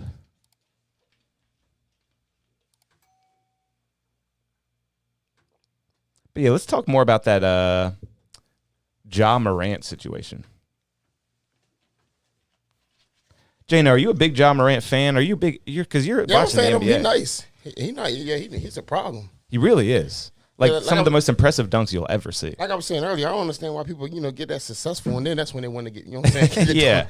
But I never understand that. But yeah, he's definitely a problem on the court. Yeah, we've seen the Without a doubt. pictures and with the polos on and the nice family and everything, and that's nothing to be ashamed of too. You think people wouldn't be ashamed Nothing at of all, that. right? Yeah, it's like you have a lovely family, Ja. I don't get it. But yeah, he's suspended 2 games. He's lucky because they were talking about that before the club incident, that prior to that he was at a meeting attending about his actions, and then that's when he went to the club and he flashed that gun. But they were talking about it. They led into investigations and they found out that he took the gun onto a plane and brought it into the facility, that he could be suspended from 50+ games. Yeah. Now here's the real question for me: is it a legal gun? You think? Because for a guy like that, a millionaire, if it's not a legal gun, then that is just ridiculous, right? If it's not legal, you got to be an idiot. Yeah, right. Yeah. Like you have all the money in the world, all the resources. Just register the fucking gun. Right. I feel like though, even if it was legal, with what he did, it's not going to help his case anyways, because you're brandishing a gun everywhere. Yeah, it's not like he's got. Like he has it for protection. It's like he's showing it off. Because you can get a license to carry pretty much in every state in this country. But then when you carry it like that, you're messing up your license. But I seen a video too. Somebody was like, they how they show videos of people sending little voice messages in their Instagram DMs. He was basically telling them, at least if you're gonna flash a gun, why flash that little thing? You should have flashed a Draco. Or something. Yeah, it was kind of small. and they did it like he was like 16. Like he's a grown man. You know what I'm saying? Like yeah. He beat up a 17-year-old because they mouthed off to his mom, and it was in finish line. Got 9 goon friends. 9 goon friends to the mall, beat the shit out of him. Gotta watch what you do when you become famous. Yep. No matter where you go, no matter what, you never know who's watching. That's another moment, kind of like when we were talking about John Jones chasing down a robber and beating him up. That 17-year-old kid was like is that John Morant beating my ass right now? You know, he must have been like, what the fuck is happening? I feel like drinking and flashing guns is what we do when we was kids.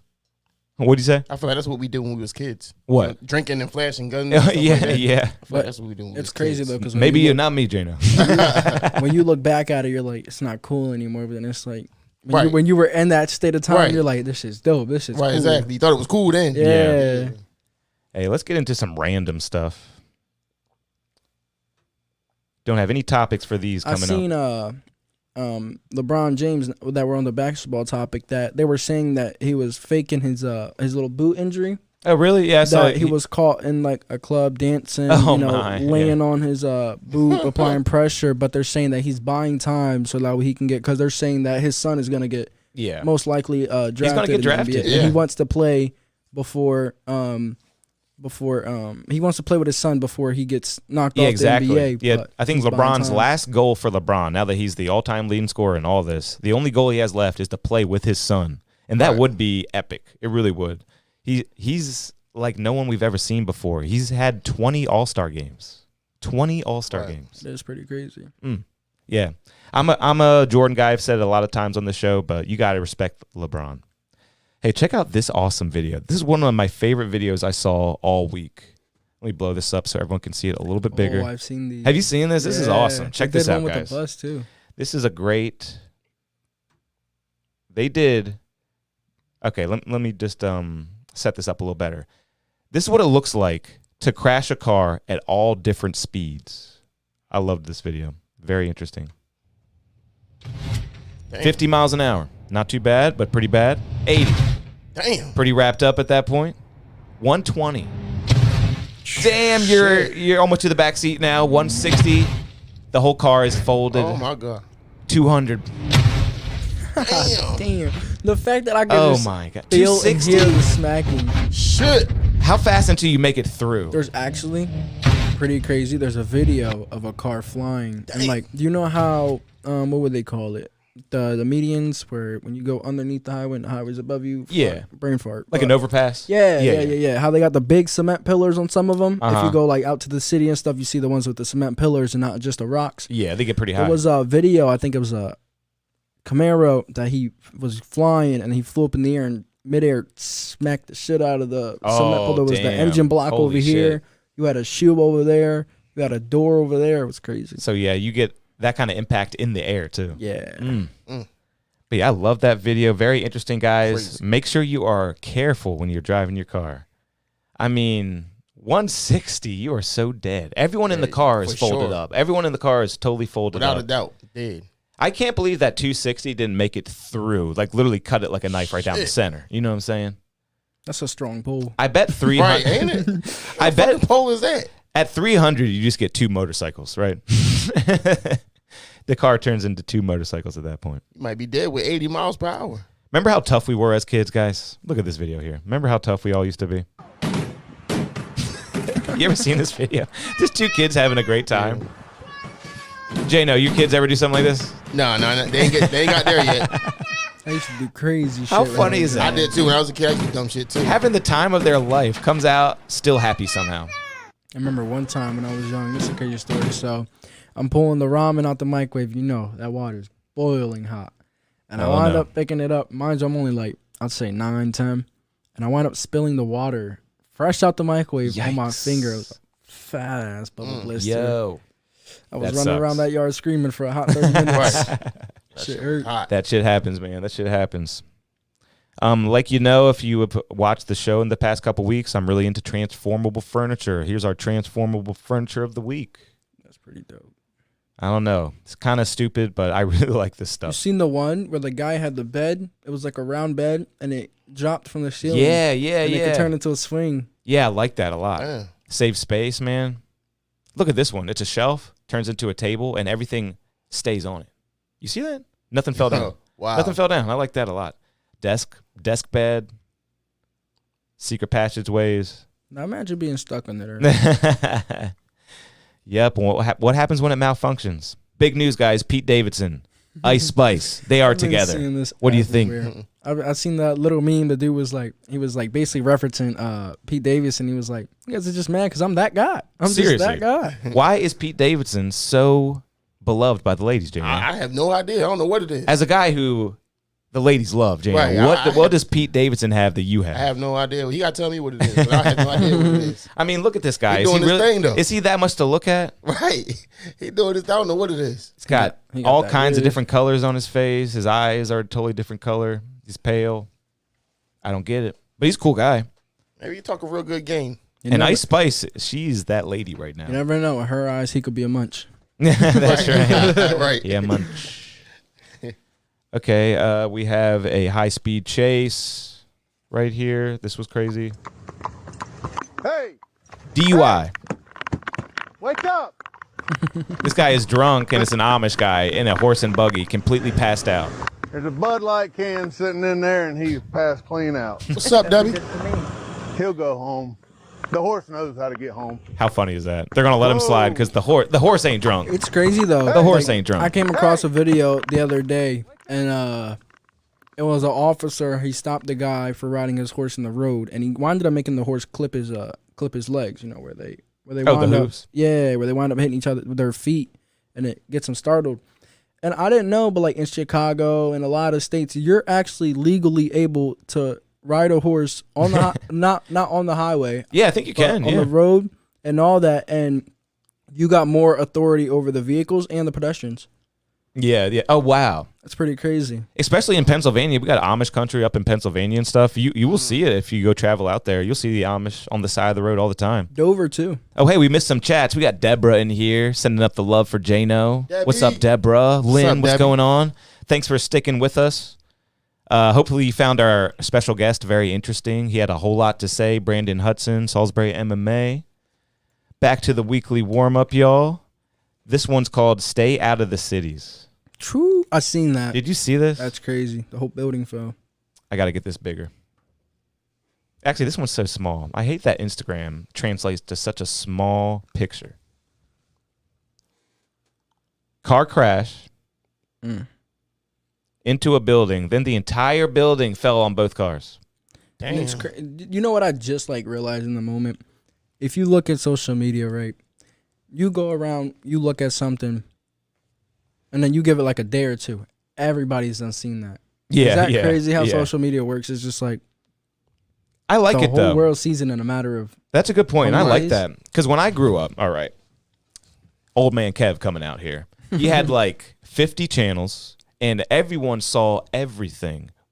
So that means you went to school the next day, and everyone got to talk about all the same shit. You're like, did you see what happened on Channel 5? Of course I did. You know what I mean? Did you see that one movie? Of course I did. Like, and now everything is so niche, and like everyone likes, like no one's heard of any of the bands that anyone listens to or the rappers anyone listens to. Like, how many times have you heard, like, this guy's huge on YouTube, he has millions of followers, and you're like, I've never heard of him in my entire life. Does that happen to you ever? Oh, yeah, for sure. And I liked it back when it was almost like everyone listened to the same shit, because then everyone had more stuff in common. So I kind of like that things are getting back to that. And I it's like funny that. though, because like when they do wind up showing you them and you wind up listening to them, you wind up hearing them everywhere. And it's like, Yeah, and that's it's like your phone, like, what? because it's all about the algorithm. Your phone knows what you personally want. Yup. I liked it back when things were mainstream and like, you know, like everyone saw the hot movie. You know what I mean? I seen a little tip. So this is like a little social media tip. It's like a little free game. So like basically, you know how they got the time set. So when you post, it's 1 through 7. A lot of people know this. If you social media influencer, you should know this. 1 through 7. Oh, that's when you're supposed to In the post? afternoon, that's when you post. Is that true, and 3 Jana? o'clock. When are you supposed to post 1 on and 3 TikTok? o'clock is when it's like it'll boom. I don't know. I mean, I used to go off that, but Because I've thought about that too. Well- I've Googled that many times. When am I supposed to post? I'm trying to pop like Jano. You don't worry about that? No. I mean, when I was coming up, I did, but now that I they got a follow on it Awesome. it catches like anytime now. Though, so. That's good, because it almost seems like you're doing the rain dance, or it's like this is all superstition. You know Right, what I mean? right. But it But it could is definitely people, work. Yeah, there's people saying there's certain times you should post and stuff like that. So yeah. Nah, but I peeped a different one. It was like, so basically, all right, you post a post one day, say for example, people comment, they show love, ignore the comments, the next day when you post your next post, go back to the old post and reply to all the comments. It'll bring all your viewers back to your page, and they will wind up seeing your post. And when you think about that, it's like, that really does sound smart. That does sound smart. Yeah, that's a method that could definitely pan out and work. It's a whole algorithm. That's awesome.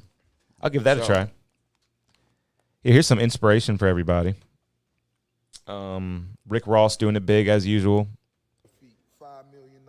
$5 million on his new floors. Oh man, I can't wait till y'all get ready. He just got new floors, or he's thinking about getting new floors. $5 million for his mansion, man. Just on the floors. So look, this what's going on. I'm in the promised land right now. I'm about to spend $5 million on porcelain floors. Anything he says is funny to me. Entire promised land. Porcelain floors. 55,000 square feet. I wanted to I think see he might be capped, though. You think he two capped? slabs would look You like think so? side I by never side. thought so, but he could be. You see his car collection? 5 million. 5 million on the floor? All from Hustling and the other hits he had. I mean, like, don't get me wrong. He got a lot of. No, he's got a lot of hits. He does. Yeah, but He's also did a lot of branding too. right. But they also do a lot of capping too, though. That's true. they do though. It's entertainment. You It know just what I'm really saying? is. But it catches the eye of people. You'd be For surprised. sure, all day. You would be surprised. I would do the same. Like, you would do the same thing too if you was in their predicament. I told my homie, it's no bashing on nobody, but it's actually a true fact. If you really got to watch yourself, because in life, it's men are to make the money. You're supposed to make all the money. A women, they do what they got to do. Either you got a woman that's gonna hustle, she's gonna make her own money, not rely on no man, Right. or you got a woman that's gonna look the greatest to get to where she's got to be. Right. But Hey, in that the classic end, family model will never fail, man. yeah. Right. But in the Classic end, family model will never fail. I told my friend, I'm like, how the society is right now, you could pull out $600 and it could be all 20s, all 10s, and it'll look like a lot of money. And they're going to quick to flop. But you could have $2,000 and it'd be a couple hundreds. It look like a little bit. yeah. They're not on that. All You see kinds what of I'm games, saying? all It's kinds just of like- tricks, all kinds of tricks you could do. It's And just you the should whole probably mind do game. it too. That's what a lot of people do and become successful. For sure. All right, here's some more stuff. This is what 5G looks like on your face. You know, like fighter pilots and shit like that. It was 9.5. Oh, what, G's? Mhm. Oh, thank you. 9.5 G's. This is what your face looks like. You'll know when it happens. That kind of makes me want to experience that. That looks pretty cool. So it'd be just like a half Cuban, okay? We'll get going fast. You got your head braced perfectly right there. Yep. Just tighten up your neck muscles, tighten up your legs. Tighten up your neck, I'm guys. gonna try to put like 10 G's on you, okay? Okay. So here we go. Tighten up your legs, tighten up your neck. 3, 2, 1, go.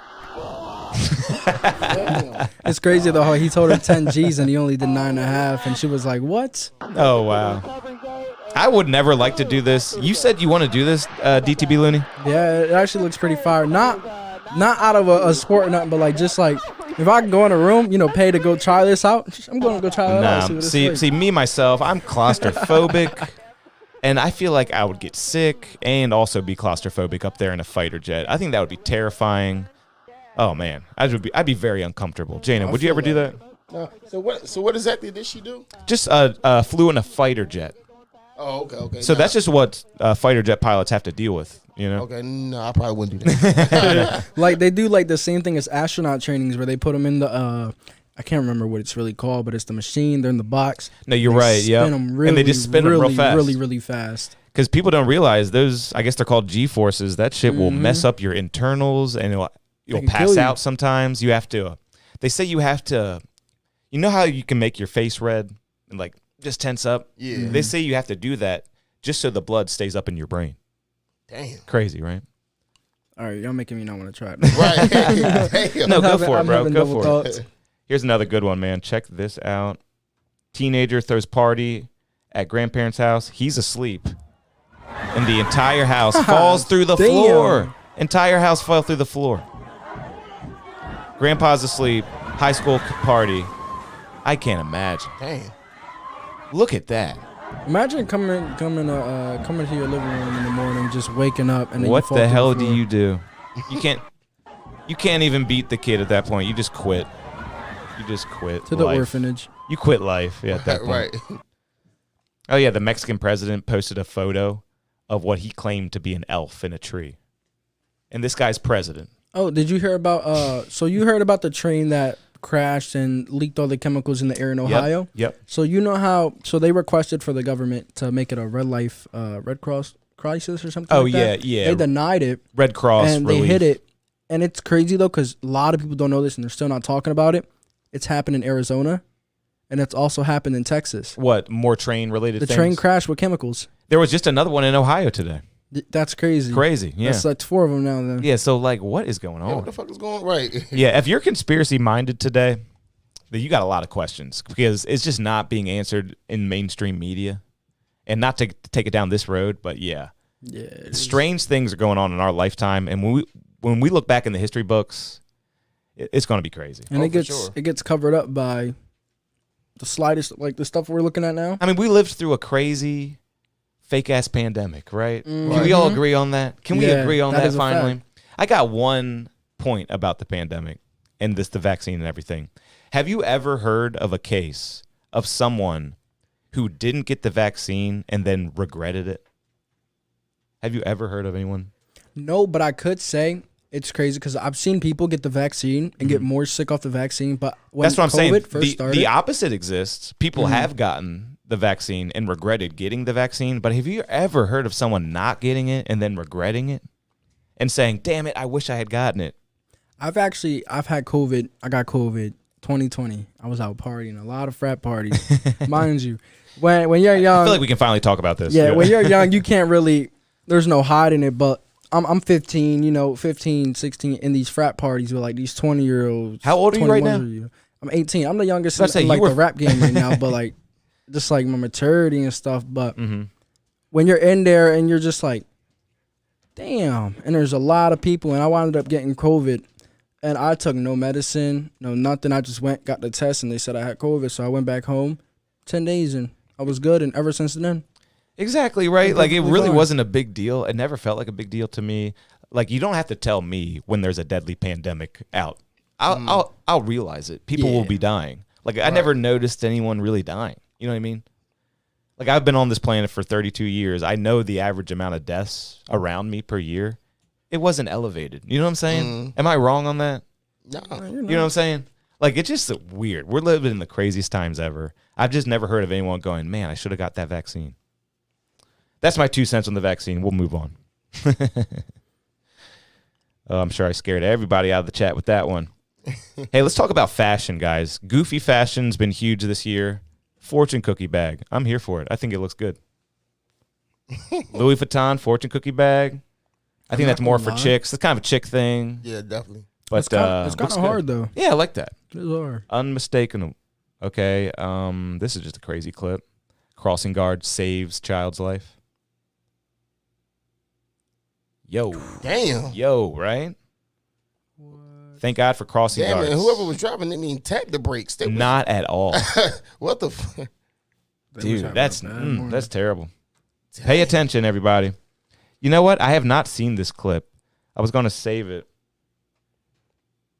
Okay, this says, man shares weird trick to get high using your thumbs. You want to try this out, guys? Shit, fuck it. Fuck it. Okay, let's see what they're talking about. Save me some money. Follow along at home. It's just in there. Just don't work no more. Right. And it says link in bio. Let's see if we can find this thing. This ain't no gas. Hopefully it's not way back here. Damn.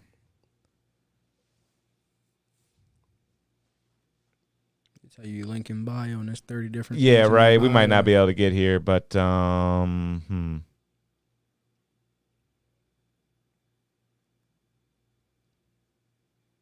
Hey, didn't think about that, guys. Still new to this hosting thing, so we're gonna move on. Look it up though, guys. You might be able to get high with your thumbs.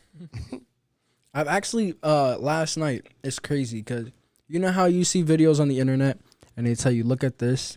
And then they say I'm gonna replay it and it's gonna work, and they wind up just switching up the whole like screen. Like for example, I seen the video. It was no color on the video, and there was a black dot in the middle. And then it started showing like you know how the blind people colors. It's like the colors are flipped. So like the trees and everything were purple and all that. And I wound up doing it, and it replayed it, but it didn't have no color. But when you kept looking at the dot, everything had color around it. Weird. That is crazy. That optical stuff always blows your mind. Right. Actually, I did find it, guys. Okay. Let's see what this guy's talking about. Check it out. Sit it right on top of the third digit like this. I'm going to start it This from the is what top. we should- Let's make sure we get this from the very beginning. This is what you look like. All right, guys. Take the thumb of the right hand, sit it right on top of the third digit like this. This is what we should look like. Facing forward. The thumbnail of the other hand is going to sit across on the thumbnail of the right hand like this. So this one's going forward, this one's going opposite. I want you to stimulate these nails together like this. Just keep stimulating. You rub it back and forth, little circles. Keep stimulating it for 10 seconds. Take this finger, put it on top of the other finger, and squeeze the nail beds together. Okay, you can see what I'm doing. Squeeze. As you squeeze, within 20 seconds, you'll start to feel pressure behind your eyes. Keep holding it if you don't. You're going to feel the brain starting to wind down. You're going to feel like that euphoric high. Anybody get anything? I honestly, I felt for a second there, I thought maybe I felt a little something in the head. Anything at all? No. I don't know if I did it right. That was weird. It ain't working. Anybody high in the comments right now? Mike Sosa, did you get high from that? Let's know how you They feel. just come back into the camera. All they see is. This has been the weirdest episode yet. Episode 12. Can't find no gas nowhere. Absolutely. The plug said he's out. Plan B. Leave it to Genius Boy over there figuring that out for everybody. Rub your nails. So he was saying point the finger, thumb on the third digit, thumbnails together, rub for 10 seconds. Then he was saying the top pointer finger on top of It's making my finger hurt. I don't know, y'all. We only got a little bit left of this show, so let's get into it. Cypher number 4. Who wants to be a part of it? DTP Looney, you got any plans to be in Cypher number 4? No pressure if you don't want to be, but I know you're here for it. My new motto in 2023 is what? Yes, there you go. So have you gotten the beat yet? You want to beat? I can get us a beat. No, I got the beat. Oh, you got a beat? Yeah, we got the beat. We settled it last episode. It's going to be DJ and One has created it. I have it. If you need it, you need to email me, guys. If you don't know the email, it is posted above me right now. Send me, just send me an email. Make the subject Cypher 4, and I will respond with the beat. I'm trying to get the best freestylers, the best verse writers in Salisbury on this 4th Cypher. Let's make it our best ever. Tell your friends, share the live. Cypher number 4 is coming up next week, a week from today. Already got a lot of people interested too, Jano. Oh, that's what's up. That's Should what's be up. a good one. I'm Should be looking a good forward one. to it. I'm definitely Hey, looking forward to Lynn's not high either, everyone. She says it didn't work. Oh, Lynn, not high either. Okay, nah, okay. damn it, Lynn. We're trying to get you high. I don't think my thumbs are strong enough. That's how you party on a Monday, With guys. some Reggie, Lynn. It was some Reggie. It was for sure some Reggie. Okay, here's a random question on the internet. I'm not really a gamer. Which gaming console do you consider the best of all time? PC. Yeah, I'm a PlayStation guy. PlayStation? Yeah. See, old man Kev over here thinks Nintendo 64. Nintendo 64, I used to like best Nintendo ever. 64. Don't get it. Love it. 007 on Nintendo 64. Oh, was lit. yeah. That's what I played. That's what I played. If we taking it that far back, I'm gonna go with GameCube. Really? Cool. GameCube. I used to play the Smash Bros on the GameCube and locked up. Here's why 64 beats GameCube and every other system. No loading. Right. Can you even fathom that as a 21-year-old or however old you are right now? Can you even fathom a video game system where there was zero loading? It doesn't even make sense, does it? Can't even process that. Can't even process it. Used to playing GoldenEye, just click onto the next thing, click onto the next thing, click onto the next thing. That was the best game on the system, man. Yeah. That joint was lit. Hey, nowadays, computers is where it's at. Yeah. Actually, I never tried it on the computer. I heard that, but I never Me tried neither. it on the computer. the computers. If you're thinking about getting an Xbox, fun fact: the computers, they're like, so you know how Xbox is owned by Microsoft, and then the computers are owned by Microsoft. They come with the I think it's built in, or you can download it. It's called an Xbox Companion app, and you can This basically, computer came with it. I don't even have an Xbox. Yeah, they basically you have an Xbox in your computer. Oh, really? So that companion app is you can turn on a controller, plug it up into that via Bluetooth or nice wire. It doesn't matter, but it'll automatically connect it, and you can play. You can join Xbox parties. You can play with Xbox friends. You can download Xbox games. You can do everything in Xbox. Nice. Yeah, this computer is awesome. I'm not even surprised. It does it all. I don't know nothing about the PC. But yeah, I don't know what the power was with the cartridge. Remember that plastic cartridge that the 64 had? You talking about those big silver ones? Yeah, the big cartridges. Something about that technology did not require loading. And then before you knew it, the PlayStation came out. It was a disc. And then loading was introduced to me. And I was like, what is this loading? You know what? One day I might have to bring it in. I think I have one still.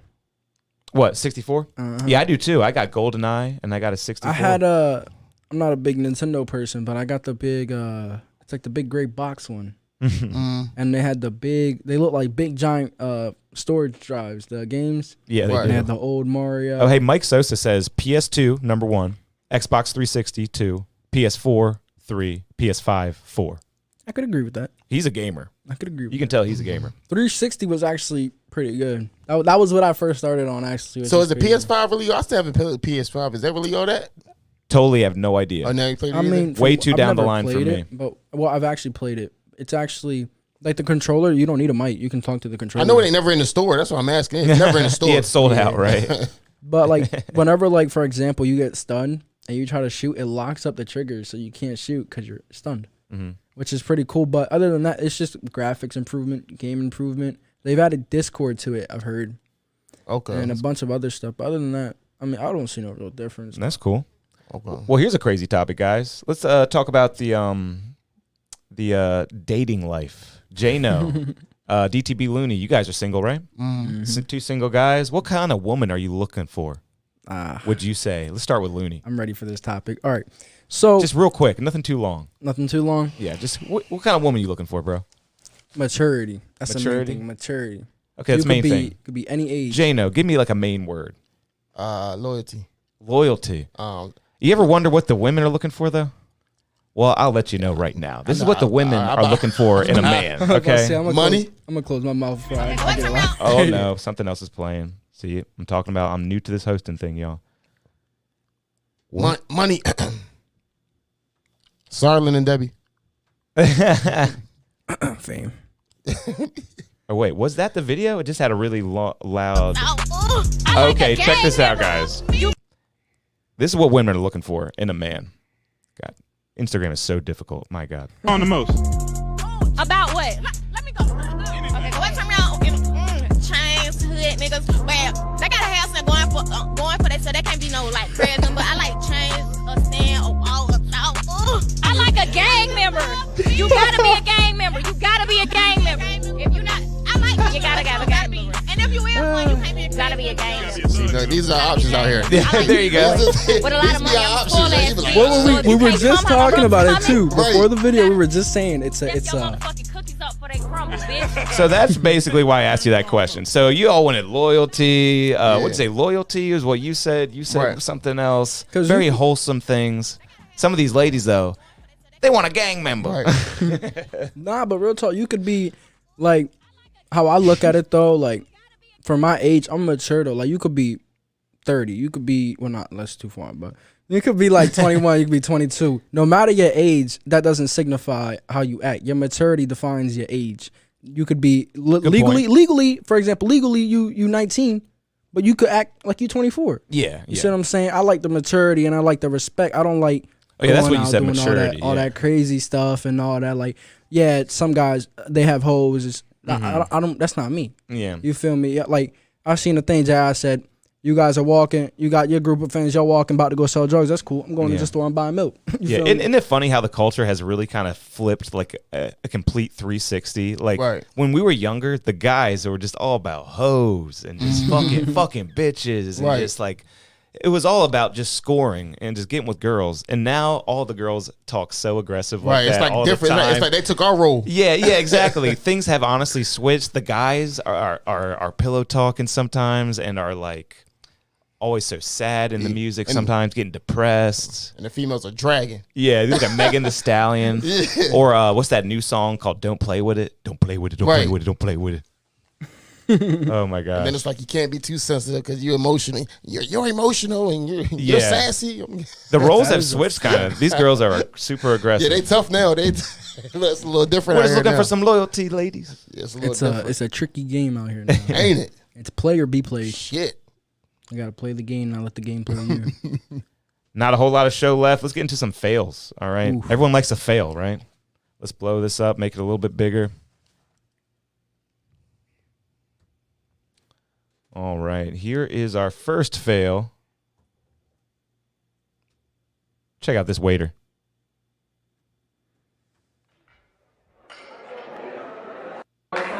Check this out. Check this out.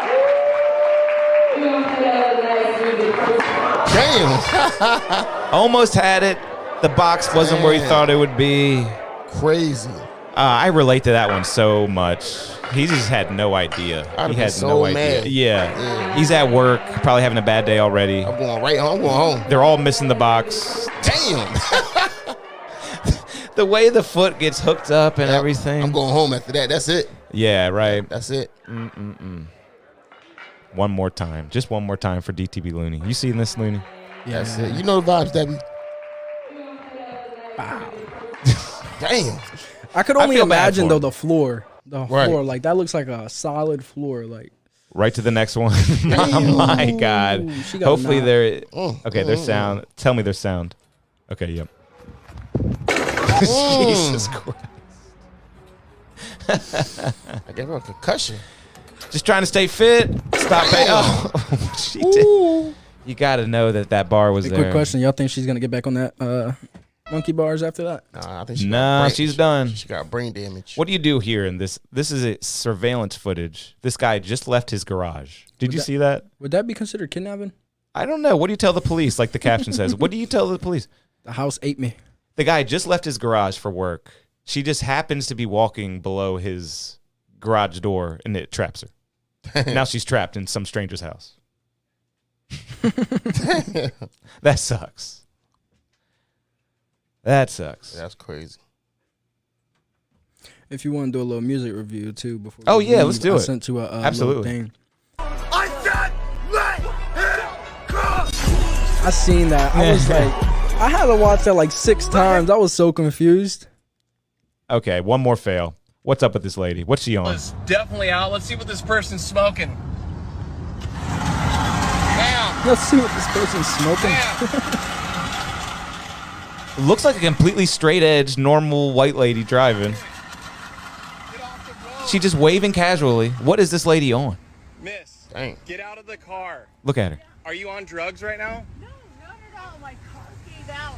And you saw the car, right, Jana? Yeah, I seen it. Before, and apparently the brake did not stop. Do you know you're driving on 3 wheels right now? Your wheel's completely out. You just crashed into this gentleman right here. You almost You're a hazard. You're on the freeway. 80 miles on the freeway. I think she's on Vicodin or something like that. Sometimes people will take those pills or like Adderall, and they'll basically be sleepwalking. They have no idea what they're doing. Painkillers. Yes, she's on painkillers or something. You are on some drugs right now. Oh my God, absolutely. Put your car. I can't get over this. I don't like I've never seen someone. Oh, there they are. There are the pills. Look at this. Look at the car. There's absolutely no wheel, and the trunk is wide open. And she wants to act like she's doing nothing. What do you wrong. think the insurance gonna say about that? Yeah. All right, y'all. Let's get into a music review. This has been a very out of order episode, a very unique episode. We got to get into at least a little bit of music review. You sent one in, Looney? Yeah, so I sent one. It's called Home Run Rate. So this one, we made it. It was like about a week or two ago. I made it with me, my brother DJ, and my homie Jamal. There's still a verse on there, so if anyone wants to hop on the verse, you feel me, just hit me up on Instagram. All right. But we made it. We went in there. We just hopped in there, went crazy, and it was Jamal started it, and then it was me. He started with like a little intro, and then it was me, my brother, and me, and then Jamal. Cool. So we got an open verse. You know what we do on this show, everybody? We break records. Let's get into our first music review of the day. It's from DTB Looney and Co.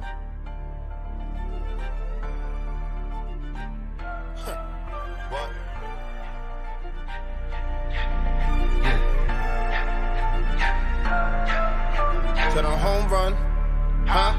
Damn, this a home run, huh? Damn. They be like, damn, nigga, like, where you from? Huh, damn.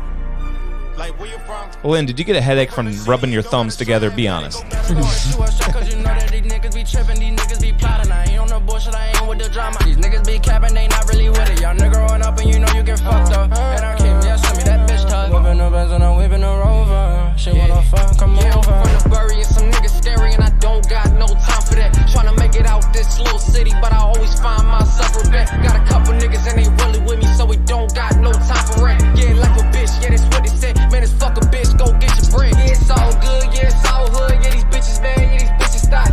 Cruising down that 50 thinking with my motherfucking lifestyle. Yeah, I ain't worried, yeah, I ain't tripping, cause me and my dogs, yeah, we down to business. If I don't make a meal by 30, then you might as well let me in the trenches. Yeah. Back on the block and you know that they scheming. Young nigga run a day, die every season. Niggas be talking this all on the internet. You ain't a shooter, young nigga. Let us know what you think, yo. DTB Looney, we're breaking records. They're like a zombie, get to the money, goddamn man, where did they find these motherfuckers be talking real grimy? Why the fuck they moving real slimy? Real slimy like my mental, motherfucker talk shit, don't even understand what a Deborah likes it. do. Motherfucker go and grab a pencil. This is the open verse right here. All right, Deborah, take it. Just type it in the comments. That's awesome, though. Hey, Deborah likes it, sending up the flames. That's awesome, bro. You're always working, too. Yeah. I be trying to get the vocabulary expanded, all that.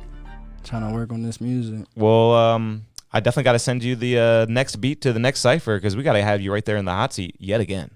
What kind of beat is it? Can we hear it now? Oh, yeah. You want to hear it? Let's do that. This will probably be the last segment of the show, everybody. Hey, can I freestyle on it? Sure. Shoot, let's try it. Just trying to get that $100 early. We're just going to give it to you if it's good enough. I'm not going to lie. I be coming in here on the ciphers and that adrenaline just be I don't know why. Dude, everyone says the same thing. And let me just say this real quick. That is the value of this show. That's why I made this show. Mm-hmm. Everyone needs to get past that. The only way to get past that is to go through that. You know what I mean? Because I go through the same thing. Every time I'm sitting here waiting for that intro and I come in, my heart is pounding, man. I can barely contain it. But it gets easier and easier every single time. And the only way to make it in the show business is to be cold-blooded, never afraid of anything. You know what I mean? Yeah, I used to be that way too. Right? It's hard not to. It's impossible not to be like that. Right. So I'm glad you brought that up because everyone says the same thing to me. You're not alone in that, DTB Looney. In fact, the guy who just left the Studio One upstairs, he said the same thing. He was like, it was Julian. You remember Julian? Oh, sorry, his name is Ill. His name is ILL. Oh, yeah. He was like, the first two ciphers I did for you, I completely choked and just forgot all my words. So it happens to everybody, man. Yeah. I forgot where we were going. I totally just got sidetracked. The beat. Cool. Oh, I was lost, too. Yep. I'm just sitting here just smiling, just looking around. Just fucking rambling. I think that thumb trick is working. Yeah. We're higher than we know.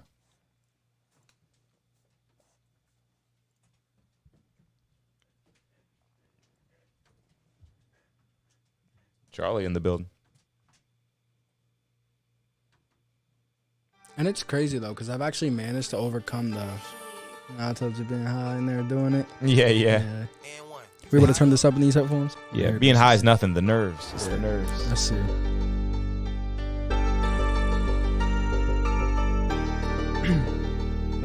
Debbie, I got you.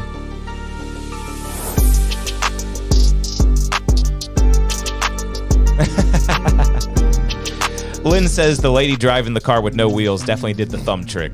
She rubbed those thumbs a little too long.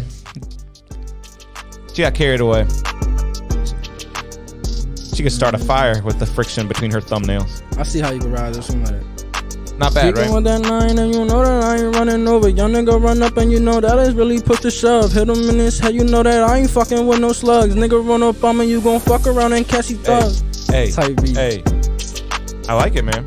I think you do good with this. I feel like I'm more better in the booth. Oh no, these ciphers be getting me.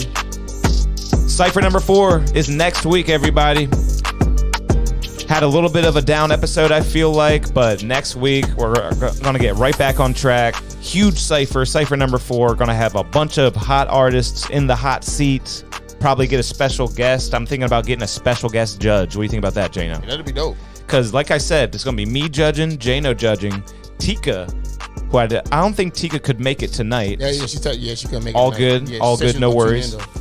But next week, she will be judging, and I'm going to try to get a special guest celebrity DJ judge. Just got to find a good, hot local DJ to help us out. Okay. But yeah, it's going to be a big one, guys. The Cyphers are always the most popular episodes. Appreciate everybody coming in. J-No, you want to plug anything before we get out of here? Nah, man, make sure everybody follow me at the official J-No on all platforms, you know what I'm saying, man, and be on the lookout, you know what I'm saying? I got some new stuff. He'll on the be way, cooking you know what up. I'm saying, man? He Y'all will know be what's cooking up, up. man. Appreciate everybody rocking with me. Team J-No, y'all know what's up, man. I love y'all, you know what I'm saying? Like I said, we finished top 92 in the U.S. Oh, on my TikTok, gosh. so that's crazy, you know what I'm saying? Top 92. That means out of everybody on TikTok, our live generated the most income, you know what I'm saying, out of everybody on TikTok. My so, God. So that's amazing, you know what I'm saying? So we did that. And Shout out to y'all. Out of all the categories I'd want to lead in, I think income is up there. Right, for sure, for sure. That is awesome, So big man. shout out to the team, man. They know what's up. Yeah, shout out to the blank empty seat. All right, DTB Looney. Shit, y'all already know what to do. Follow me on Instagram, DTB Looney. You can feel me. I've been trying to get with Facebook, but I just can't figure out how the hell to use Facebook. Like, it is so confusing. I'm not a Facebook Yeah, you got to ask our special guest Branden about that because he does really, really well on Facebook.